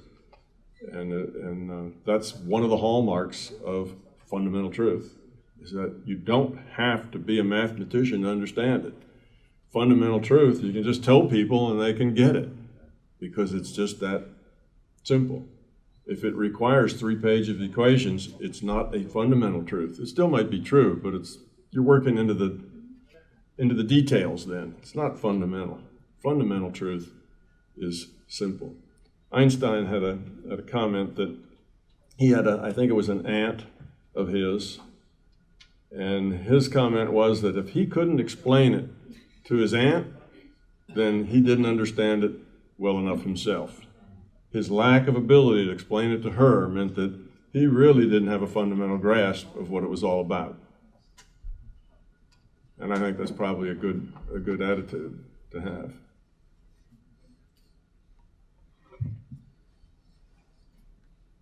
Okay, this is English again, and I'm going to translate in French.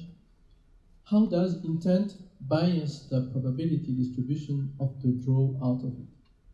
Comment l'intention biaise-t-elle la distribution de probabilité quand on fait les tirages aléatoires?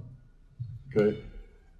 Intent doesn't bias the draw. The draw is just random. Intent biases the probability distribution. So you have a probability distribution. Remember that one I put up there and had a big lump here and a little lump on this end, kind of a lesser but bigger lump in this end, and then a couple of little ones? That's a probability distribution. And as you recall, it gave more or less probability to each one of those letters, which represented an outcome. Well, you have intent modifies that distribution. If you have an intent that that lump that was over the R's or the S's is more likely to come up, then that peak grows and some other peak shrinks. So that's the way the probability. So intent modifies the probability distribution. The probability distribution is calculated by the larger conscious system. It's by the computer. It looks at all the possibilities, the probability of those possibilities. Remember, it has a database of all the things that could possibly happen in the future and the probability that they might. So it's already got a database of all the probabilities of all the things that might happen. It's worked on that all along, and it only has to now make this calculation in the present.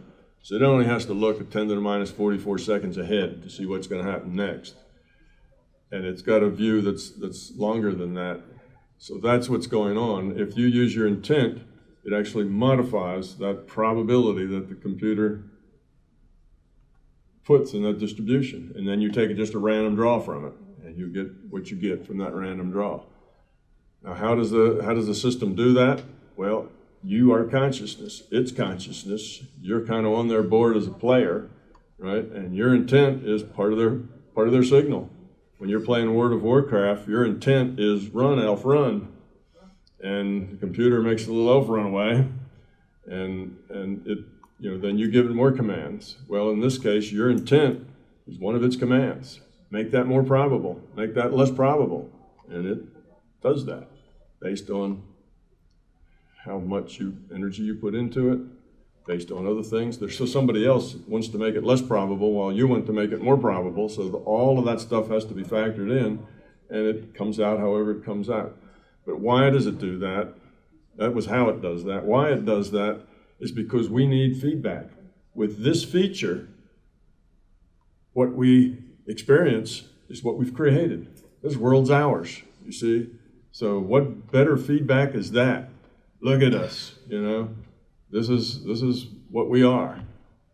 Just look around and you'll see a reflection of yourself, because this world reflects us. It's all our intents that are biasing the probability that keeps things just this way.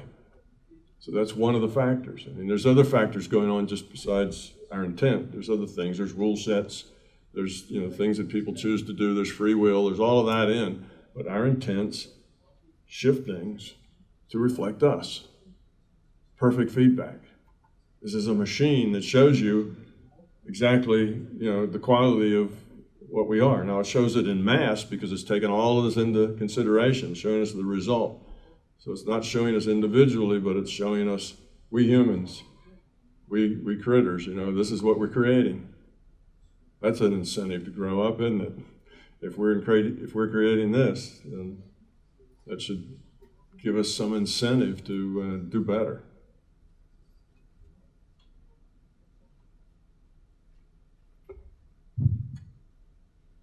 Again, an English question, I translate. What is the big cheese? What are its functions?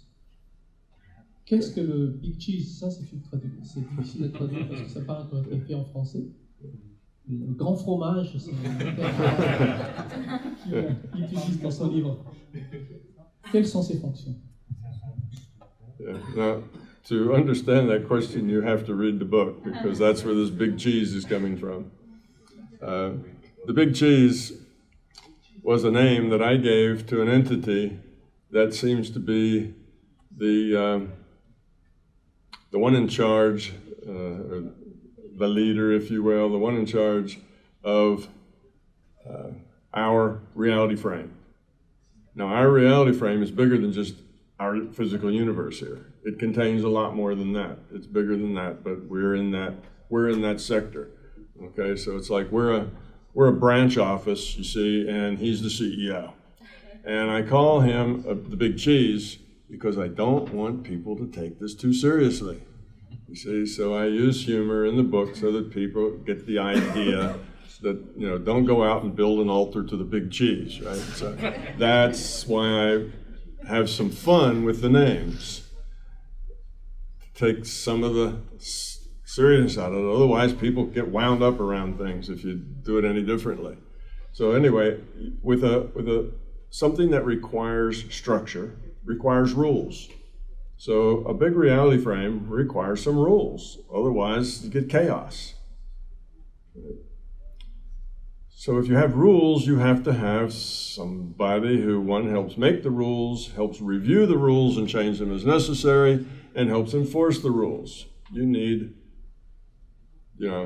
bosses, and the bosses need, the president needs vice presidents, and you need a little structure. It's a pretty flat organization, really, but you need just a little structure to run a system that's basically rule-based, so that those units with free will don't get out of line so badly that they ruin it for other units of free will. See, that's the point. You have free will to do what you want, but there are some major rules that would kind of ruin it for everybody. And the major rules aren't that you become a monster and kill people in a reality, but it's at a bigger level. It's what's going on in the non-physical. And it's things that are breaking those kinds of rules. Like there's a rule that says non-physical beings can't interfere with us, but to a very minor degree. Okay, because here we are in school trying to learn, and if non-physical beings could come down and just mess with us any way they wanted to, it would really ruin our educational experience here. It'd be like letting the 6th graders run rampant through the 3rd grade. They'd be there stealing kids' lunches and creating havoc, and it just wouldn't work. You have to have some discipline. You have to have some rules of what can happen. So if entities don't abide by the rules, then there's somebody to deal with it. And the rules do get broken, and people get away with it, just like here. It's not a perfect system, but somebody still is kind of in charge of managing the system. And my name to that person in this reality frame, this big reality frame that we're in, I shouldn't even call it a reality frame. It's larger than our universe. Our system. Our system is what I call it in the book. Yeah, it's our system, and it's not only our physical reality, but it's also a lot of the non-physical reality that interacts with us, like the transition virtual reality. That'd be part of our system. So we look at all of that, and the big cheese is kind of the CEO of that. So it's a funny name to keep people from getting too serious. And I think the question was, who's the big cheese, or where did he come from? Well, he gets appointed, and there is higher structure further up, because this is a big conscious system, and just our system is just a little piece of it. So there's somebody that points him up. How does he get there? Well, he has to be a being that shows that kind of quality and ability to do that sort of thing and do it well. He has to have live in a very big picture, a very big view, and that's his job, is to kind of overlook. Right, now, don't take it all too literally. These are metaphors, okay? So don't think there's some big cheese up there, like a big chunk of cheddar, sitting up there, and he's bright yellow and he's in charge. Don't take it too literally. What I'm saying is that there is this function that exists of maintaining the rules, because you can't have an organization full of free will aware, well, it's full of individuated units of consciousness without having some rules and some way to enforce it. See? So they have this function. So now I have a metaphor of the big cheese to represent that function of, you can call it leadership if you want, but basically policing the system. We call it that too. Just like when I talk about an individuated unit of consciousness and a free will awareness unit, and these things, these are all metaphors. Don't start taking it so literally that you see this little chunk here and that little chunk there and how these chunks talk to each other. That's very literal, and that's the way we think, because that's the way stuff is here.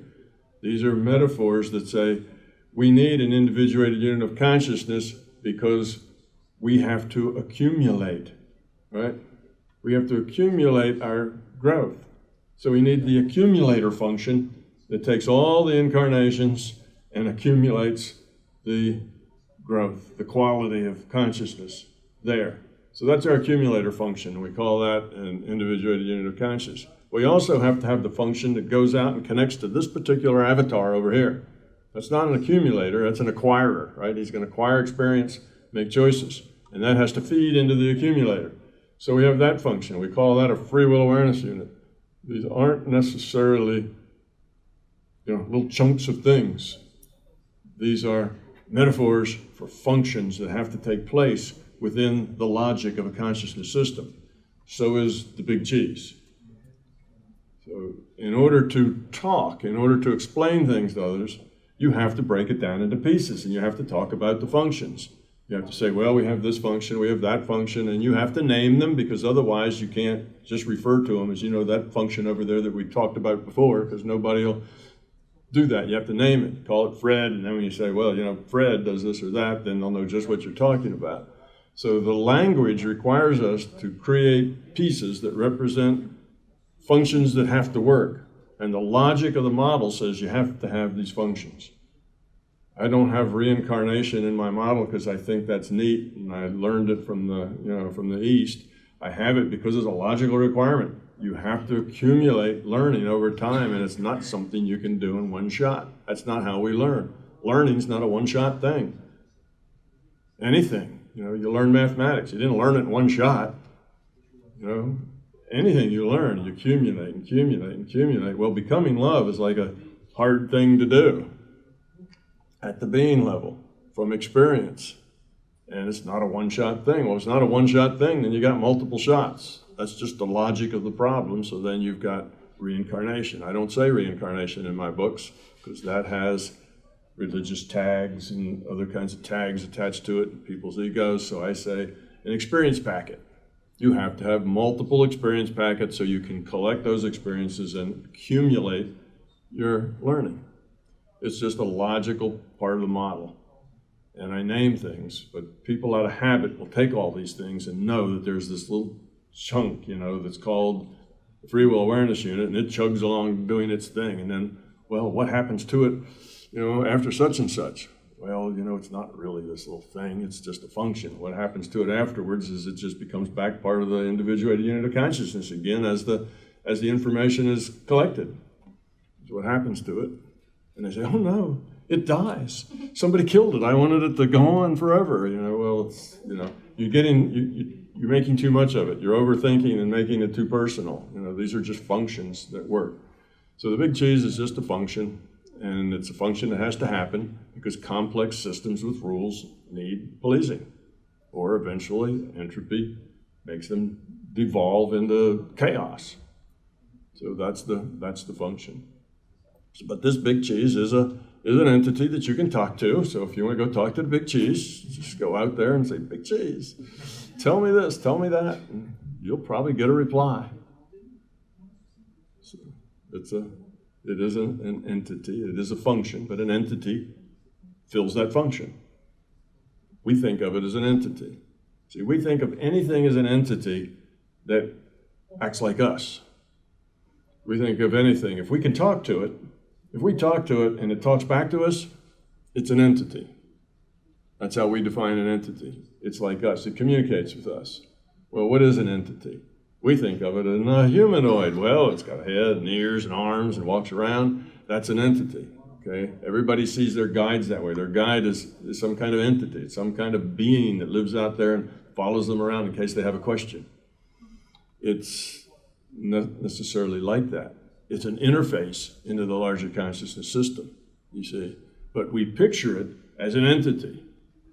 And we probably even dress it up. You know, it wears robes, you know, it does various things, you know, it's green or it glows white, or we can, whatever we want, however we want to dress it up, we can do that. It's just a connection. It's a calm connection to the larger consciousness system. And because it's our personal connection, it has personality. You know, it's stable. It's not like every time you talk to it, it's something different. It's stable, so you can trust it. If it wasn't stable, you wouldn't know who you were talking to. So what is an entity? It's a comm link. It's something that responds to you, something that will have a conversation with you. So comm links are entities, you see. Again, another metaphor. A guide is a metaphor. We see a being there that helps hold our hand and answer our questions. And that's the function. But then we take that metaphor and turn it into some little guy with arms and legs and and a hood, keeps over his head and so on, that we talk to, and we give them names and we give them structure and where they came from and what they did and, you know, their parents and their children. And we build up this whole big thing around our guides. It's just a function. It's just an interface.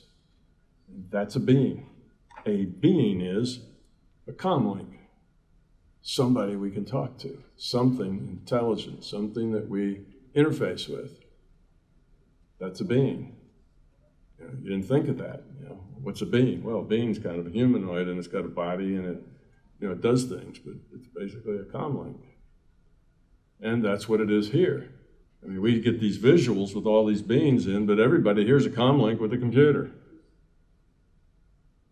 And we get to interpret the data as this. You see all these avatars. But really, it's all just a communication link. Same with World of Warcraft. Right? In World of Warcraft, you're playing that game. That elf, that being elf, is just a comm link. Amazing, isn't it? Yeah. Okay, next.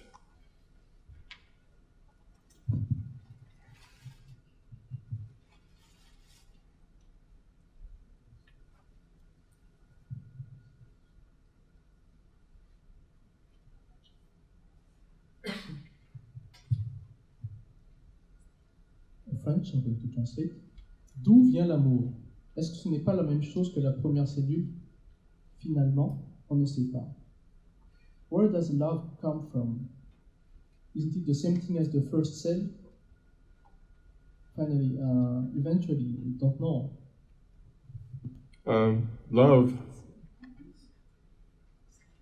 Love is a low entropy consciousness. So if you have consciousness, then that consciousness can evolve. As it evolves toward lower entropy, it becomes more love-like. As it evolves toward higher entropy, it becomes more fear-like. So you can just think of it in that. It's not a fundamental thing that comes in with the first assumption. It's an attribute of an individual piece of consciousness. You have a consciousness and it has a certain amount of entropy. It's more or less love-like, more or less fear-like. So love is, you might just say, an attribute. Qualia, I guess it's called. You know, how yellow is a peach? You know, how love-like is this consciousness? Well, it's a measure of entropy. It's just a quality, a measure of quality of a consciousness. I guess that's probably the best way to put it.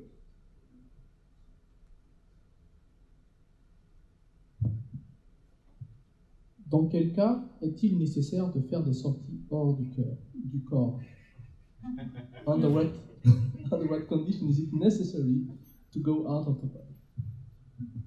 Under what conditions is it necessary? Yes. In which case? The necessary condition to go out of body is, well, that's not even true. I was going to say is to let go of this reality. If you no longer are getting data from this reality, you are out of this reality. And since your body's here, we'll just call that out of body, you know. But you're out of this physical reality once the data turns off. Once you're no longer getting a data stream that defines this, you're out of here. That's all you need. That's the only condition. Now, that's really not true, because you can be partly out of here and partly here. So you can be both. You can have 10% of you here and 90% of you some other reality frame, or vice versa, as long as the percentages all add up to 100, which is all it is you got. That's all of the attention and consciousness you got. So you can be, let's say, in 3 different reality frames. You can be 10% in this reality frame, 40% in that reality frame, and 50% in this reality frame. And you can function that way. Something like listening to 3 people talk to you at the same time can get a little confusing. But what you're doing is you're time sharing. You're actually doing fast time sharing. You're doing some sampling there, sampling the other reality, sampling this reality. And if you do that fast enough, you can kind of keep up with what's going on in all 3 of the realities. So it's not true parallel processing, because it's really sequential processing at a high speed. So it makes it look like you're doing things in parallel. But the sum can only be 100%. So that means that if you're not 100% here, well, let's put it this way. If you're someplace else, you're not 100% here. When you're not 100% here, you can miss things. If things are happening quickly or things are happening intensely, you need to be 100% here or you'll miss stuff. Sometimes things just aren't happening that quickly, and you don't have to be 100% here. You can deal with here adequately enough with only 30% here, 70% someplace else. So that can come and go. So my first answer that, you know, to get out of here is to drop everything, but that's not really true, because you can get out of here and still not drop everything.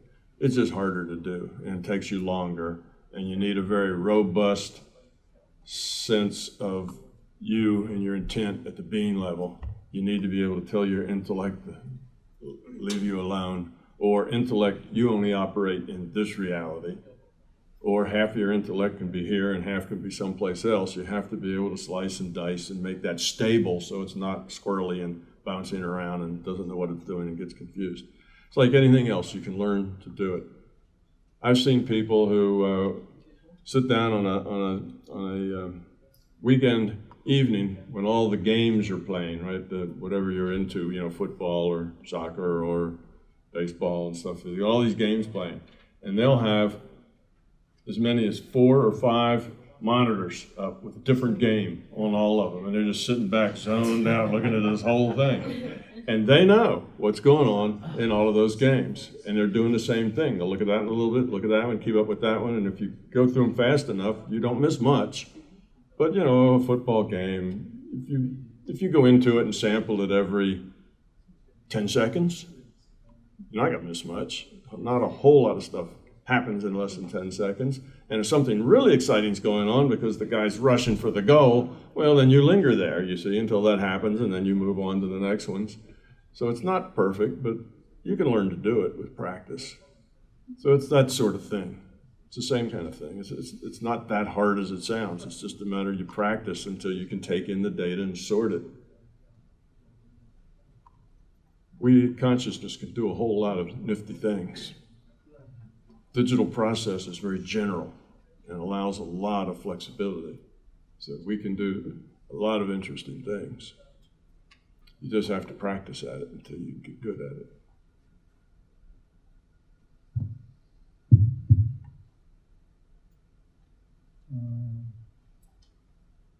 Je suis inquiet dans la vie.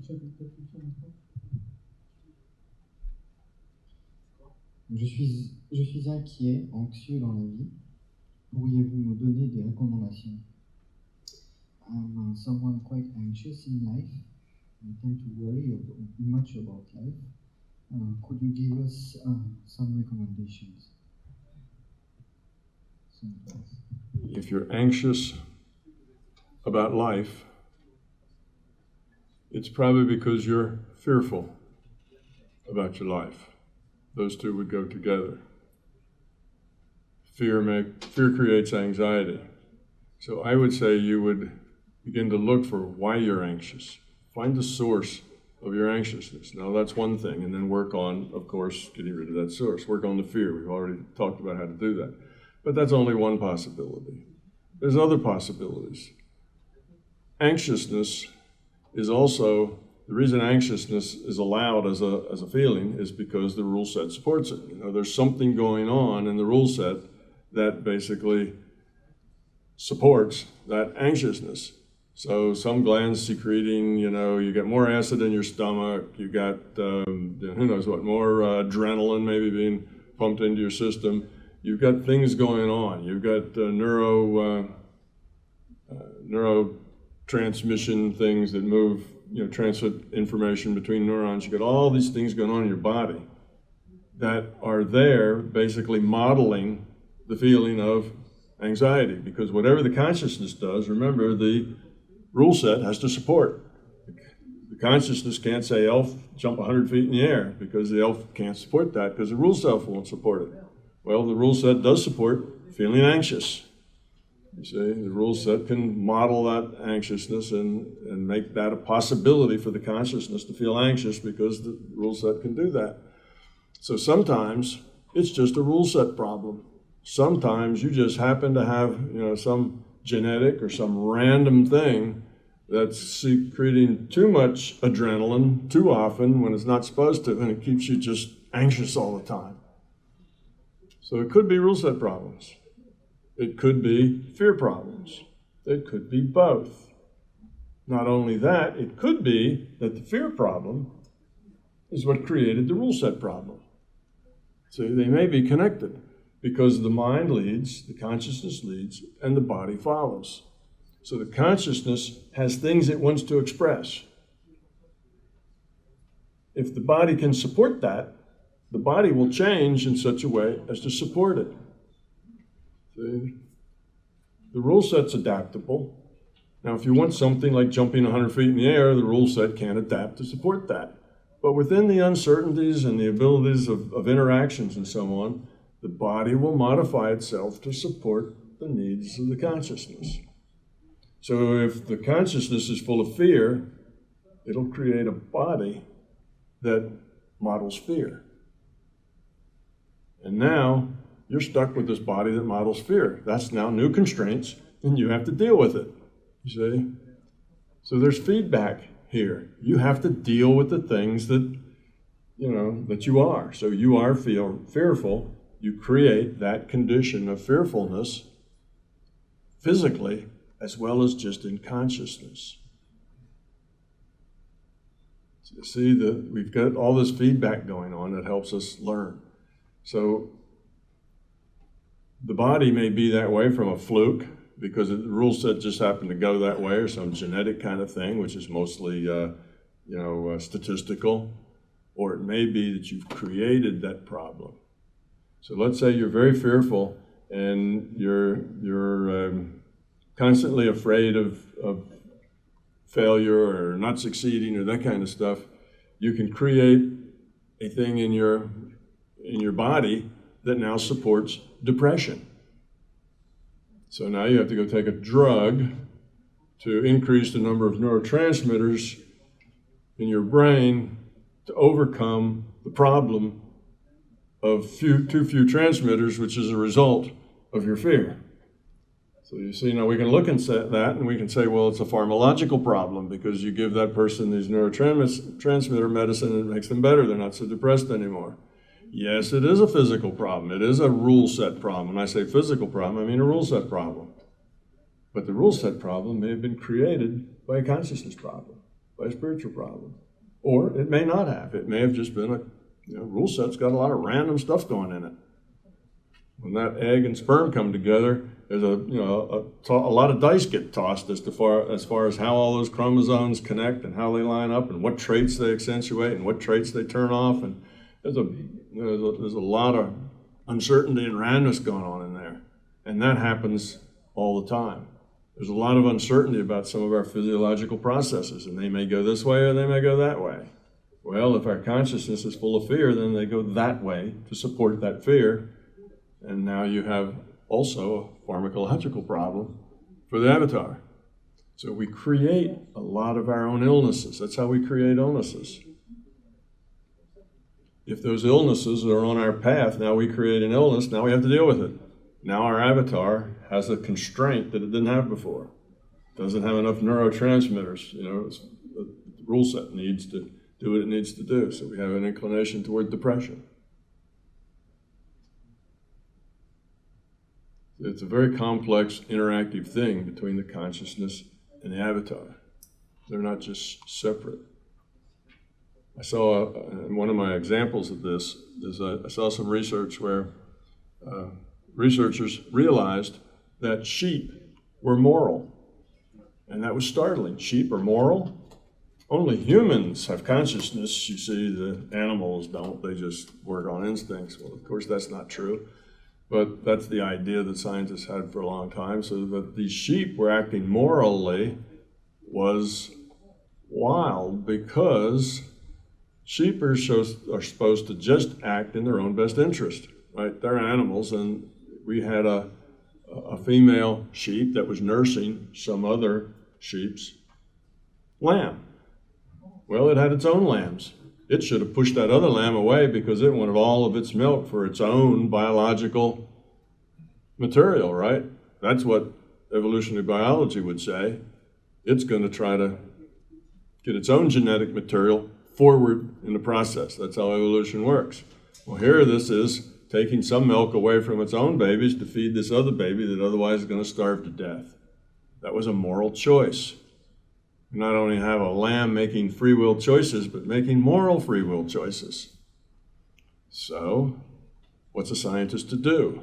You kill the sheep and you look at its brains and you say, look, it's got this lobe over here, just as we do, and that's where the moral activity is, because you put people on an MRI and you give them moral questions and you see this little part of the brain light up and you say, oh, that lobe has to do with morality. And look, the sheep has that little lobe there. So their conclusion is that lobe just somehow randomly popped up on that sheep or on sheep, and then it might get genetically passed on, and that allowed the sheep to be moral. Well, that is just totally backwards. That was their result of their research. That's what they said. That sheep is conscious. That sheep developed morality by making good decisions. That sheep was evolving. And as it became moral, its rule set, its virtual brain, had to modify to support that trait. There had to be some place that was parallel to that function.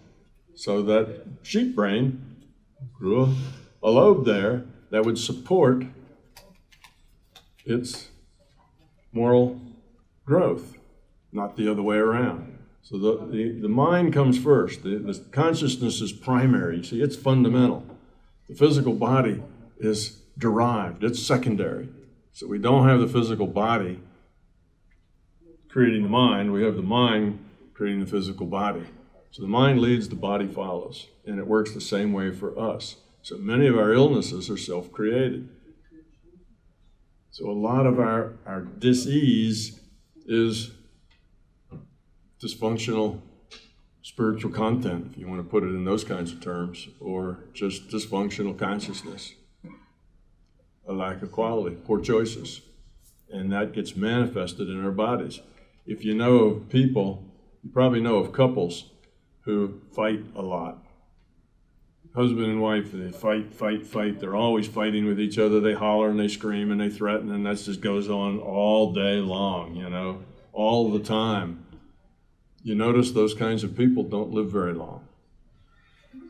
They're short-lived because that kind of angst will create illness, and they just won't live that long. You don't see people like that live into their 90s, you know, that doesn't happen. They're the ones that go early in their 50s and 60s because that's what they're doing to their bodies.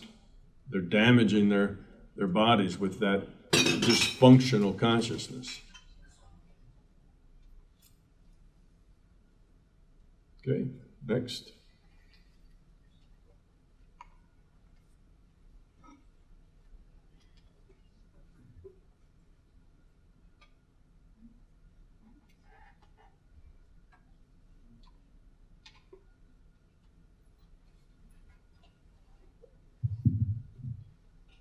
Does time pass differently in other reality frames? Est-ce que le temps s'écoule de manière différente dans d'autres étapes de réalité?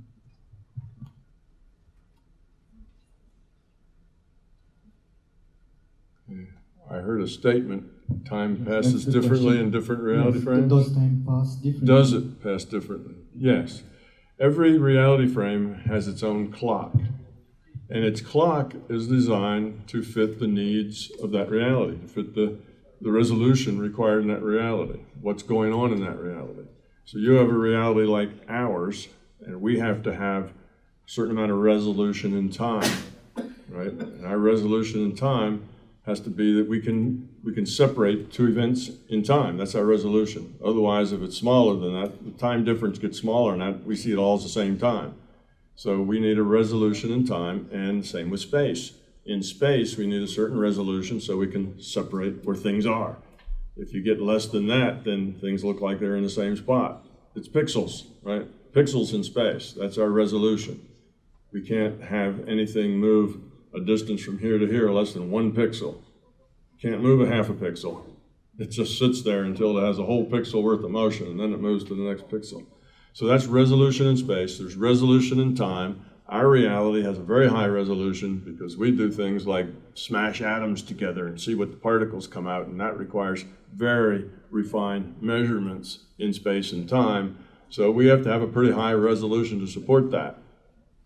Well, that's the delta x over delta t have to be a constant because that resolution changes. It make our world very, very odd. So those are constants, so that's what you get to see, right? The delta x over delta t, delta space resolution over delta time resolution equals c. All right, so that's that. So now that's our virtual reality because we have a lot of tight rule set, need good resolution. Go to the transition virtual reality where people end up when they die. They're not smashing atoms together. They're not, they're not doing that kind of thing. Their time can be a much bigger delta t and a much bigger delta x, and there is some sense of space there because you do see things, and somebody says, go over there, and you do. There's kind of a sense of dimensionality in this place. When you're in it, it seems physical enough, and it doesn't seem like it's odd. Motion isn't jerky or anything, but it doesn't have the same kind of requirements as here.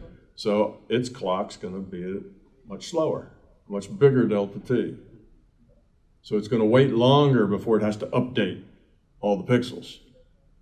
And the pixels don't have to be so small either because, like I say, they're not smashing atoms. They're not looking at molecules with electron microscopes. So it's all pretty much macro stuff. So you can have big delta x, big delta t, slow clock, no problem. So every virtual reality, based on what its purpose is, has its own clock. And what that means is each simulation that's simulating a virtual reality has its own time loop. And that time loop only has to go around so fast. The time loop's the refresh rate on the pixels. That's what the time loop's doing. Every time you go around a delta t, you're refreshing the pixels. So they're all different. Now, they're all much slower. Ours is much, much slower, and most others are much, much slower. Then the fastest clock, which is in the larger conscious system itself. The larger consciousness system is going to have the faster clock. When it comes to digital systems, whoever has the fastest time is in charge, you see, because you make a simulation, and your simulation at the root, say, is this fast. Now, you can have something inside that other simulation that's slower. You can say, every 10 of these delta t, I want to increment one of these delta t. So now I have a subroutine in the simulation that's going at a little tiny delta t, and every 10 of those little tiny delta t's, I'm gonna make one fatter delta t in my subroutine here, a subset. You see, so I can have different times like that. But I can't say that I'm going to have a subroutine that's faster than my outer loop, because my outer loop has to be the fastest time. It has to be the master loop.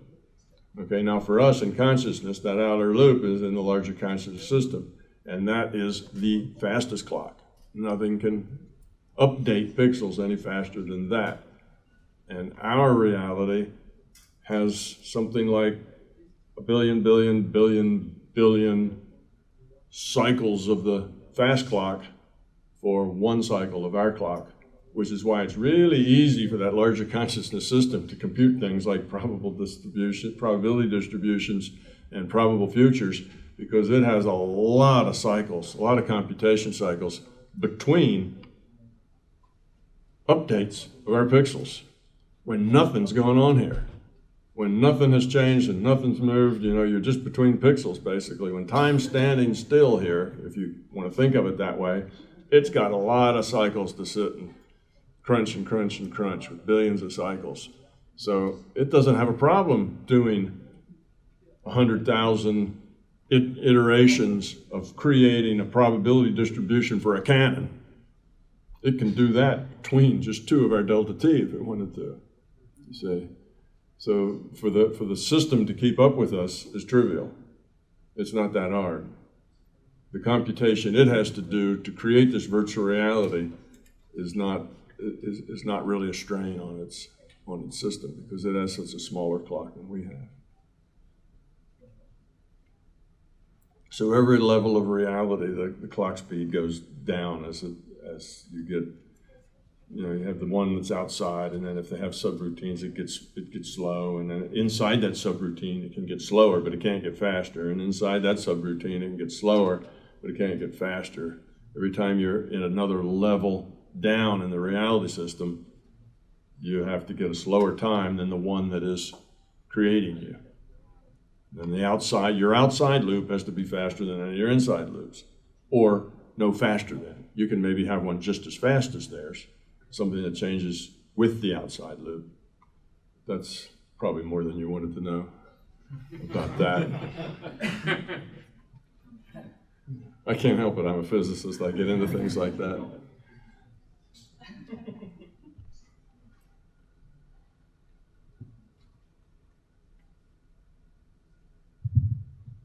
Next question, also written in English.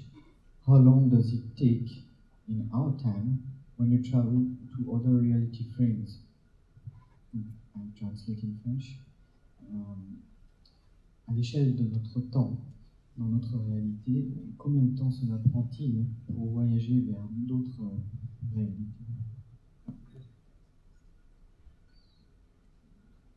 Well, there's, our time is kind of the basic clock for everything that you do through this free will awareness unit. Because this free will awareness unit is having a immersed experience in this virtual reality. And as you do other things in other realities, your base is still here. You know that, like I say, because if somebody throws cold water on you, all those other things where you are, those other realities, they all collapse and you come back here and jump up and say, what happened, you see?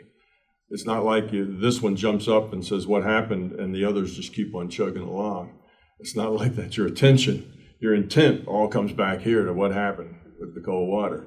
So this is the fundamental thing, because you are focused in this, and everything else then you do out of this one. So you're kind of connected to this time as you're doing other things in other places. But now that doesn't mean that time can't seem to be very different. You can dream for 2 minutes of a dream that covers 2 weeks. You say, that's in another virtual reality, but that just means that the processing is going on. Your mind is very fast. You can process a lot of information if you don't need high res. You don't need every detail. If you're not worried about, if it's just sight, let's say, maybe sight and sound. The other senses aren't active in your dream. You hear things, you see things. You don't smell anything, you don't feel anything, you just 2 senses. And all you're seeing is pictures that aren't real high res anyway. They're just kind of normal pictures. That can process very quickly. So you can run through a couple of weeks worth of activities there, and then you find out you've only been asleep for a very short period of time, or you've only been dreaming. You've only been in REM movement, which is your dreaming time. You've only been in the REM sleep for 5 minutes, and you were in a dream for a long time. You were running from monsters and hiding and doing all this stuff, and it all boiled down to a 2-minute dream. So there are time differences that way, but those are differences of perception, not really differences of clocks. Those are perception differences. At low res, your mind can process pretty fast and have lots of experience. You can't process that fast if you process at the same resolution that we've got here, then it takes about the same amount of time as it takes here. But dreams are kind of low res. You don't see a lot of detail. When you're in a dream and you're in a house, you don't have a lot of other things that are in your peripheral view. It's just what you're focused on and nothing else. Your focus changes and that goes away. And whereas here we kind of have a bigger picture of what's going on all the time. Dreams aren't like that. They're tightly focused. So that's a perceptional issue with time, not actually a fact that you got faster clocks someplace else. But every reality can have its own timepiece. It has its own outer loop. Every reality is a simulation. Every simulation has its outer loop, and every outer loop is the clock that runs the simulation.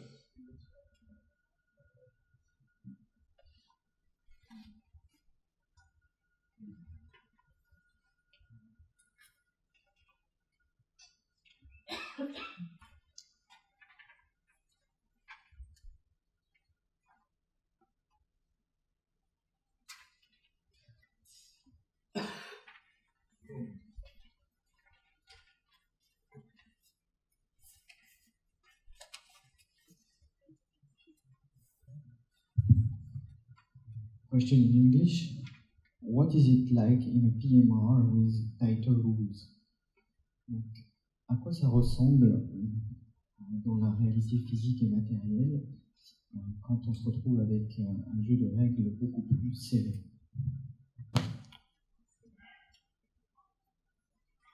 Very restrictive. Tighter rules, there's less degrees of freedom for you to explore, less degrees of freedom for you to do something in. When you have a tighter rule set. So you just have less ways that you can express yourself, less ways that you can interact. You have more rules. So you go to a dream reality where you don't have very many rules. All kinds of wild stuff can happen. You can express yourself in all sorts of ways. And here you can't. Here you're kind of locked into just what the rule set allows. Here you go to some place where the rule set's tighter. It's like some of the freedoms of doing. It's all the doing thing because it's the reality here. And so all the doing things just become more restrictive. Less degrees of freedom. So that basically is you have more freedom or less freedom to express in terms of virtual actions and virtual things. From being in one that's less restrained to one that's more restrained, it feels kind of tighter, closed in. You're not, everything's more precise also. More rules mean less uncertainty. You've got more rules to follow, more precision, less things that you can do. Too little, and it starts to get hard to predict. It starts to get, floaty, and things come and go and are in and out of your reality. And it's a little hard to deal. What we have is something that's just good for a classroom, good feedback. Enough rules that we get good feedback, but not so much that they're stultifying and they're restrictive. So that's our 3D space, our rule set. It's interesting that a lot of rule sets seem to be similar. Different in what's evolved there, but the rule sets are similar. And I think that is because, let's say for this kind of tighter rule set that we call physical, sort of physical like ours is physical, a lot of physical realities that I've been in feel similar to this one. And I think that's because it works. Now, think of it, you have to have a rule set and a set of conditions that evolve. If that rule set and set of conditions aren't real carefully chosen, the thing doesn't evolve stably. You see, it can go unstable. It has to have enough, it has to have enough of the right stuff. You have to have just the right constants and just the right rules so that it all hangs together and produces a nice reality with nice virtual avatars that have a lot of interesting choices. And then you say, wow, now we've got a good virtual reality. But if you change very much, if you say, okay, let's take gravity out of this one. Well, that might be fun because we could kind of jump, fly around here, right? But that's not the only thing that would happen. The suns would have never come together. The planets would have never come together. The whole universe would still be gas. See? So it's unstable. It doesn't produce something useful that then consciousness is going to make choices in. My guess is that this set of conditions that we have now, this rule set, was probably created with a lot of trial and error. My guess is it came up with some rules, came up with some initial conditions, and said push the button and let it run, and flamed out. It didn't work, dissipated, or dead-ended. And they say, well, let's add a little here and let's try that again. Computer guys are, they just change a couple of things and hit the button again and see what happens. And that probably happened a lot before they ended up with just this rule set, just these initial conditions, just the fundamental constants we have that really worked well, made a stable system. And we don't know that our system's really stable, but it's stable long enough to create something useful. We don't think it's stable in the real long run. It's stable for a while. In the real long run, the suns are all going to explode. The universe will return back to hydrogen gas, and all the nice stuff that has room for consciousness to make choices won't be there anymore. Okay, well, then maybe it's time to reset, right? Push the reset button and start over, or back it up to a certain point and start from there and go. Digital things can do all sorts of stuff like that. But I think our rule set's common in a lot of places because it works. And there's probably not a lot of combinations of rules that produce something that is this stable for this long to produce the avatars that we need to connect to for the experience. That would be my guess of why they're very similar.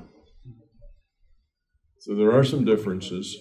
Mostly the differences is what evolved there. If you take the same thing, the same conditions, the same rule set, and have it running in two different computers, you're going to get two different answers because there's a lot of uncertainty and a lot of, statistics and probability that this just happened to work that way, and after that you get all this stuff. And some other place it didn't just happen to work that way. So you get different kinds of stuff. So that doesn't necessarily produce the same world, but it does have sort of the same rule set. So most of it is in what's evolved, not in the fundamental rules of how things interact.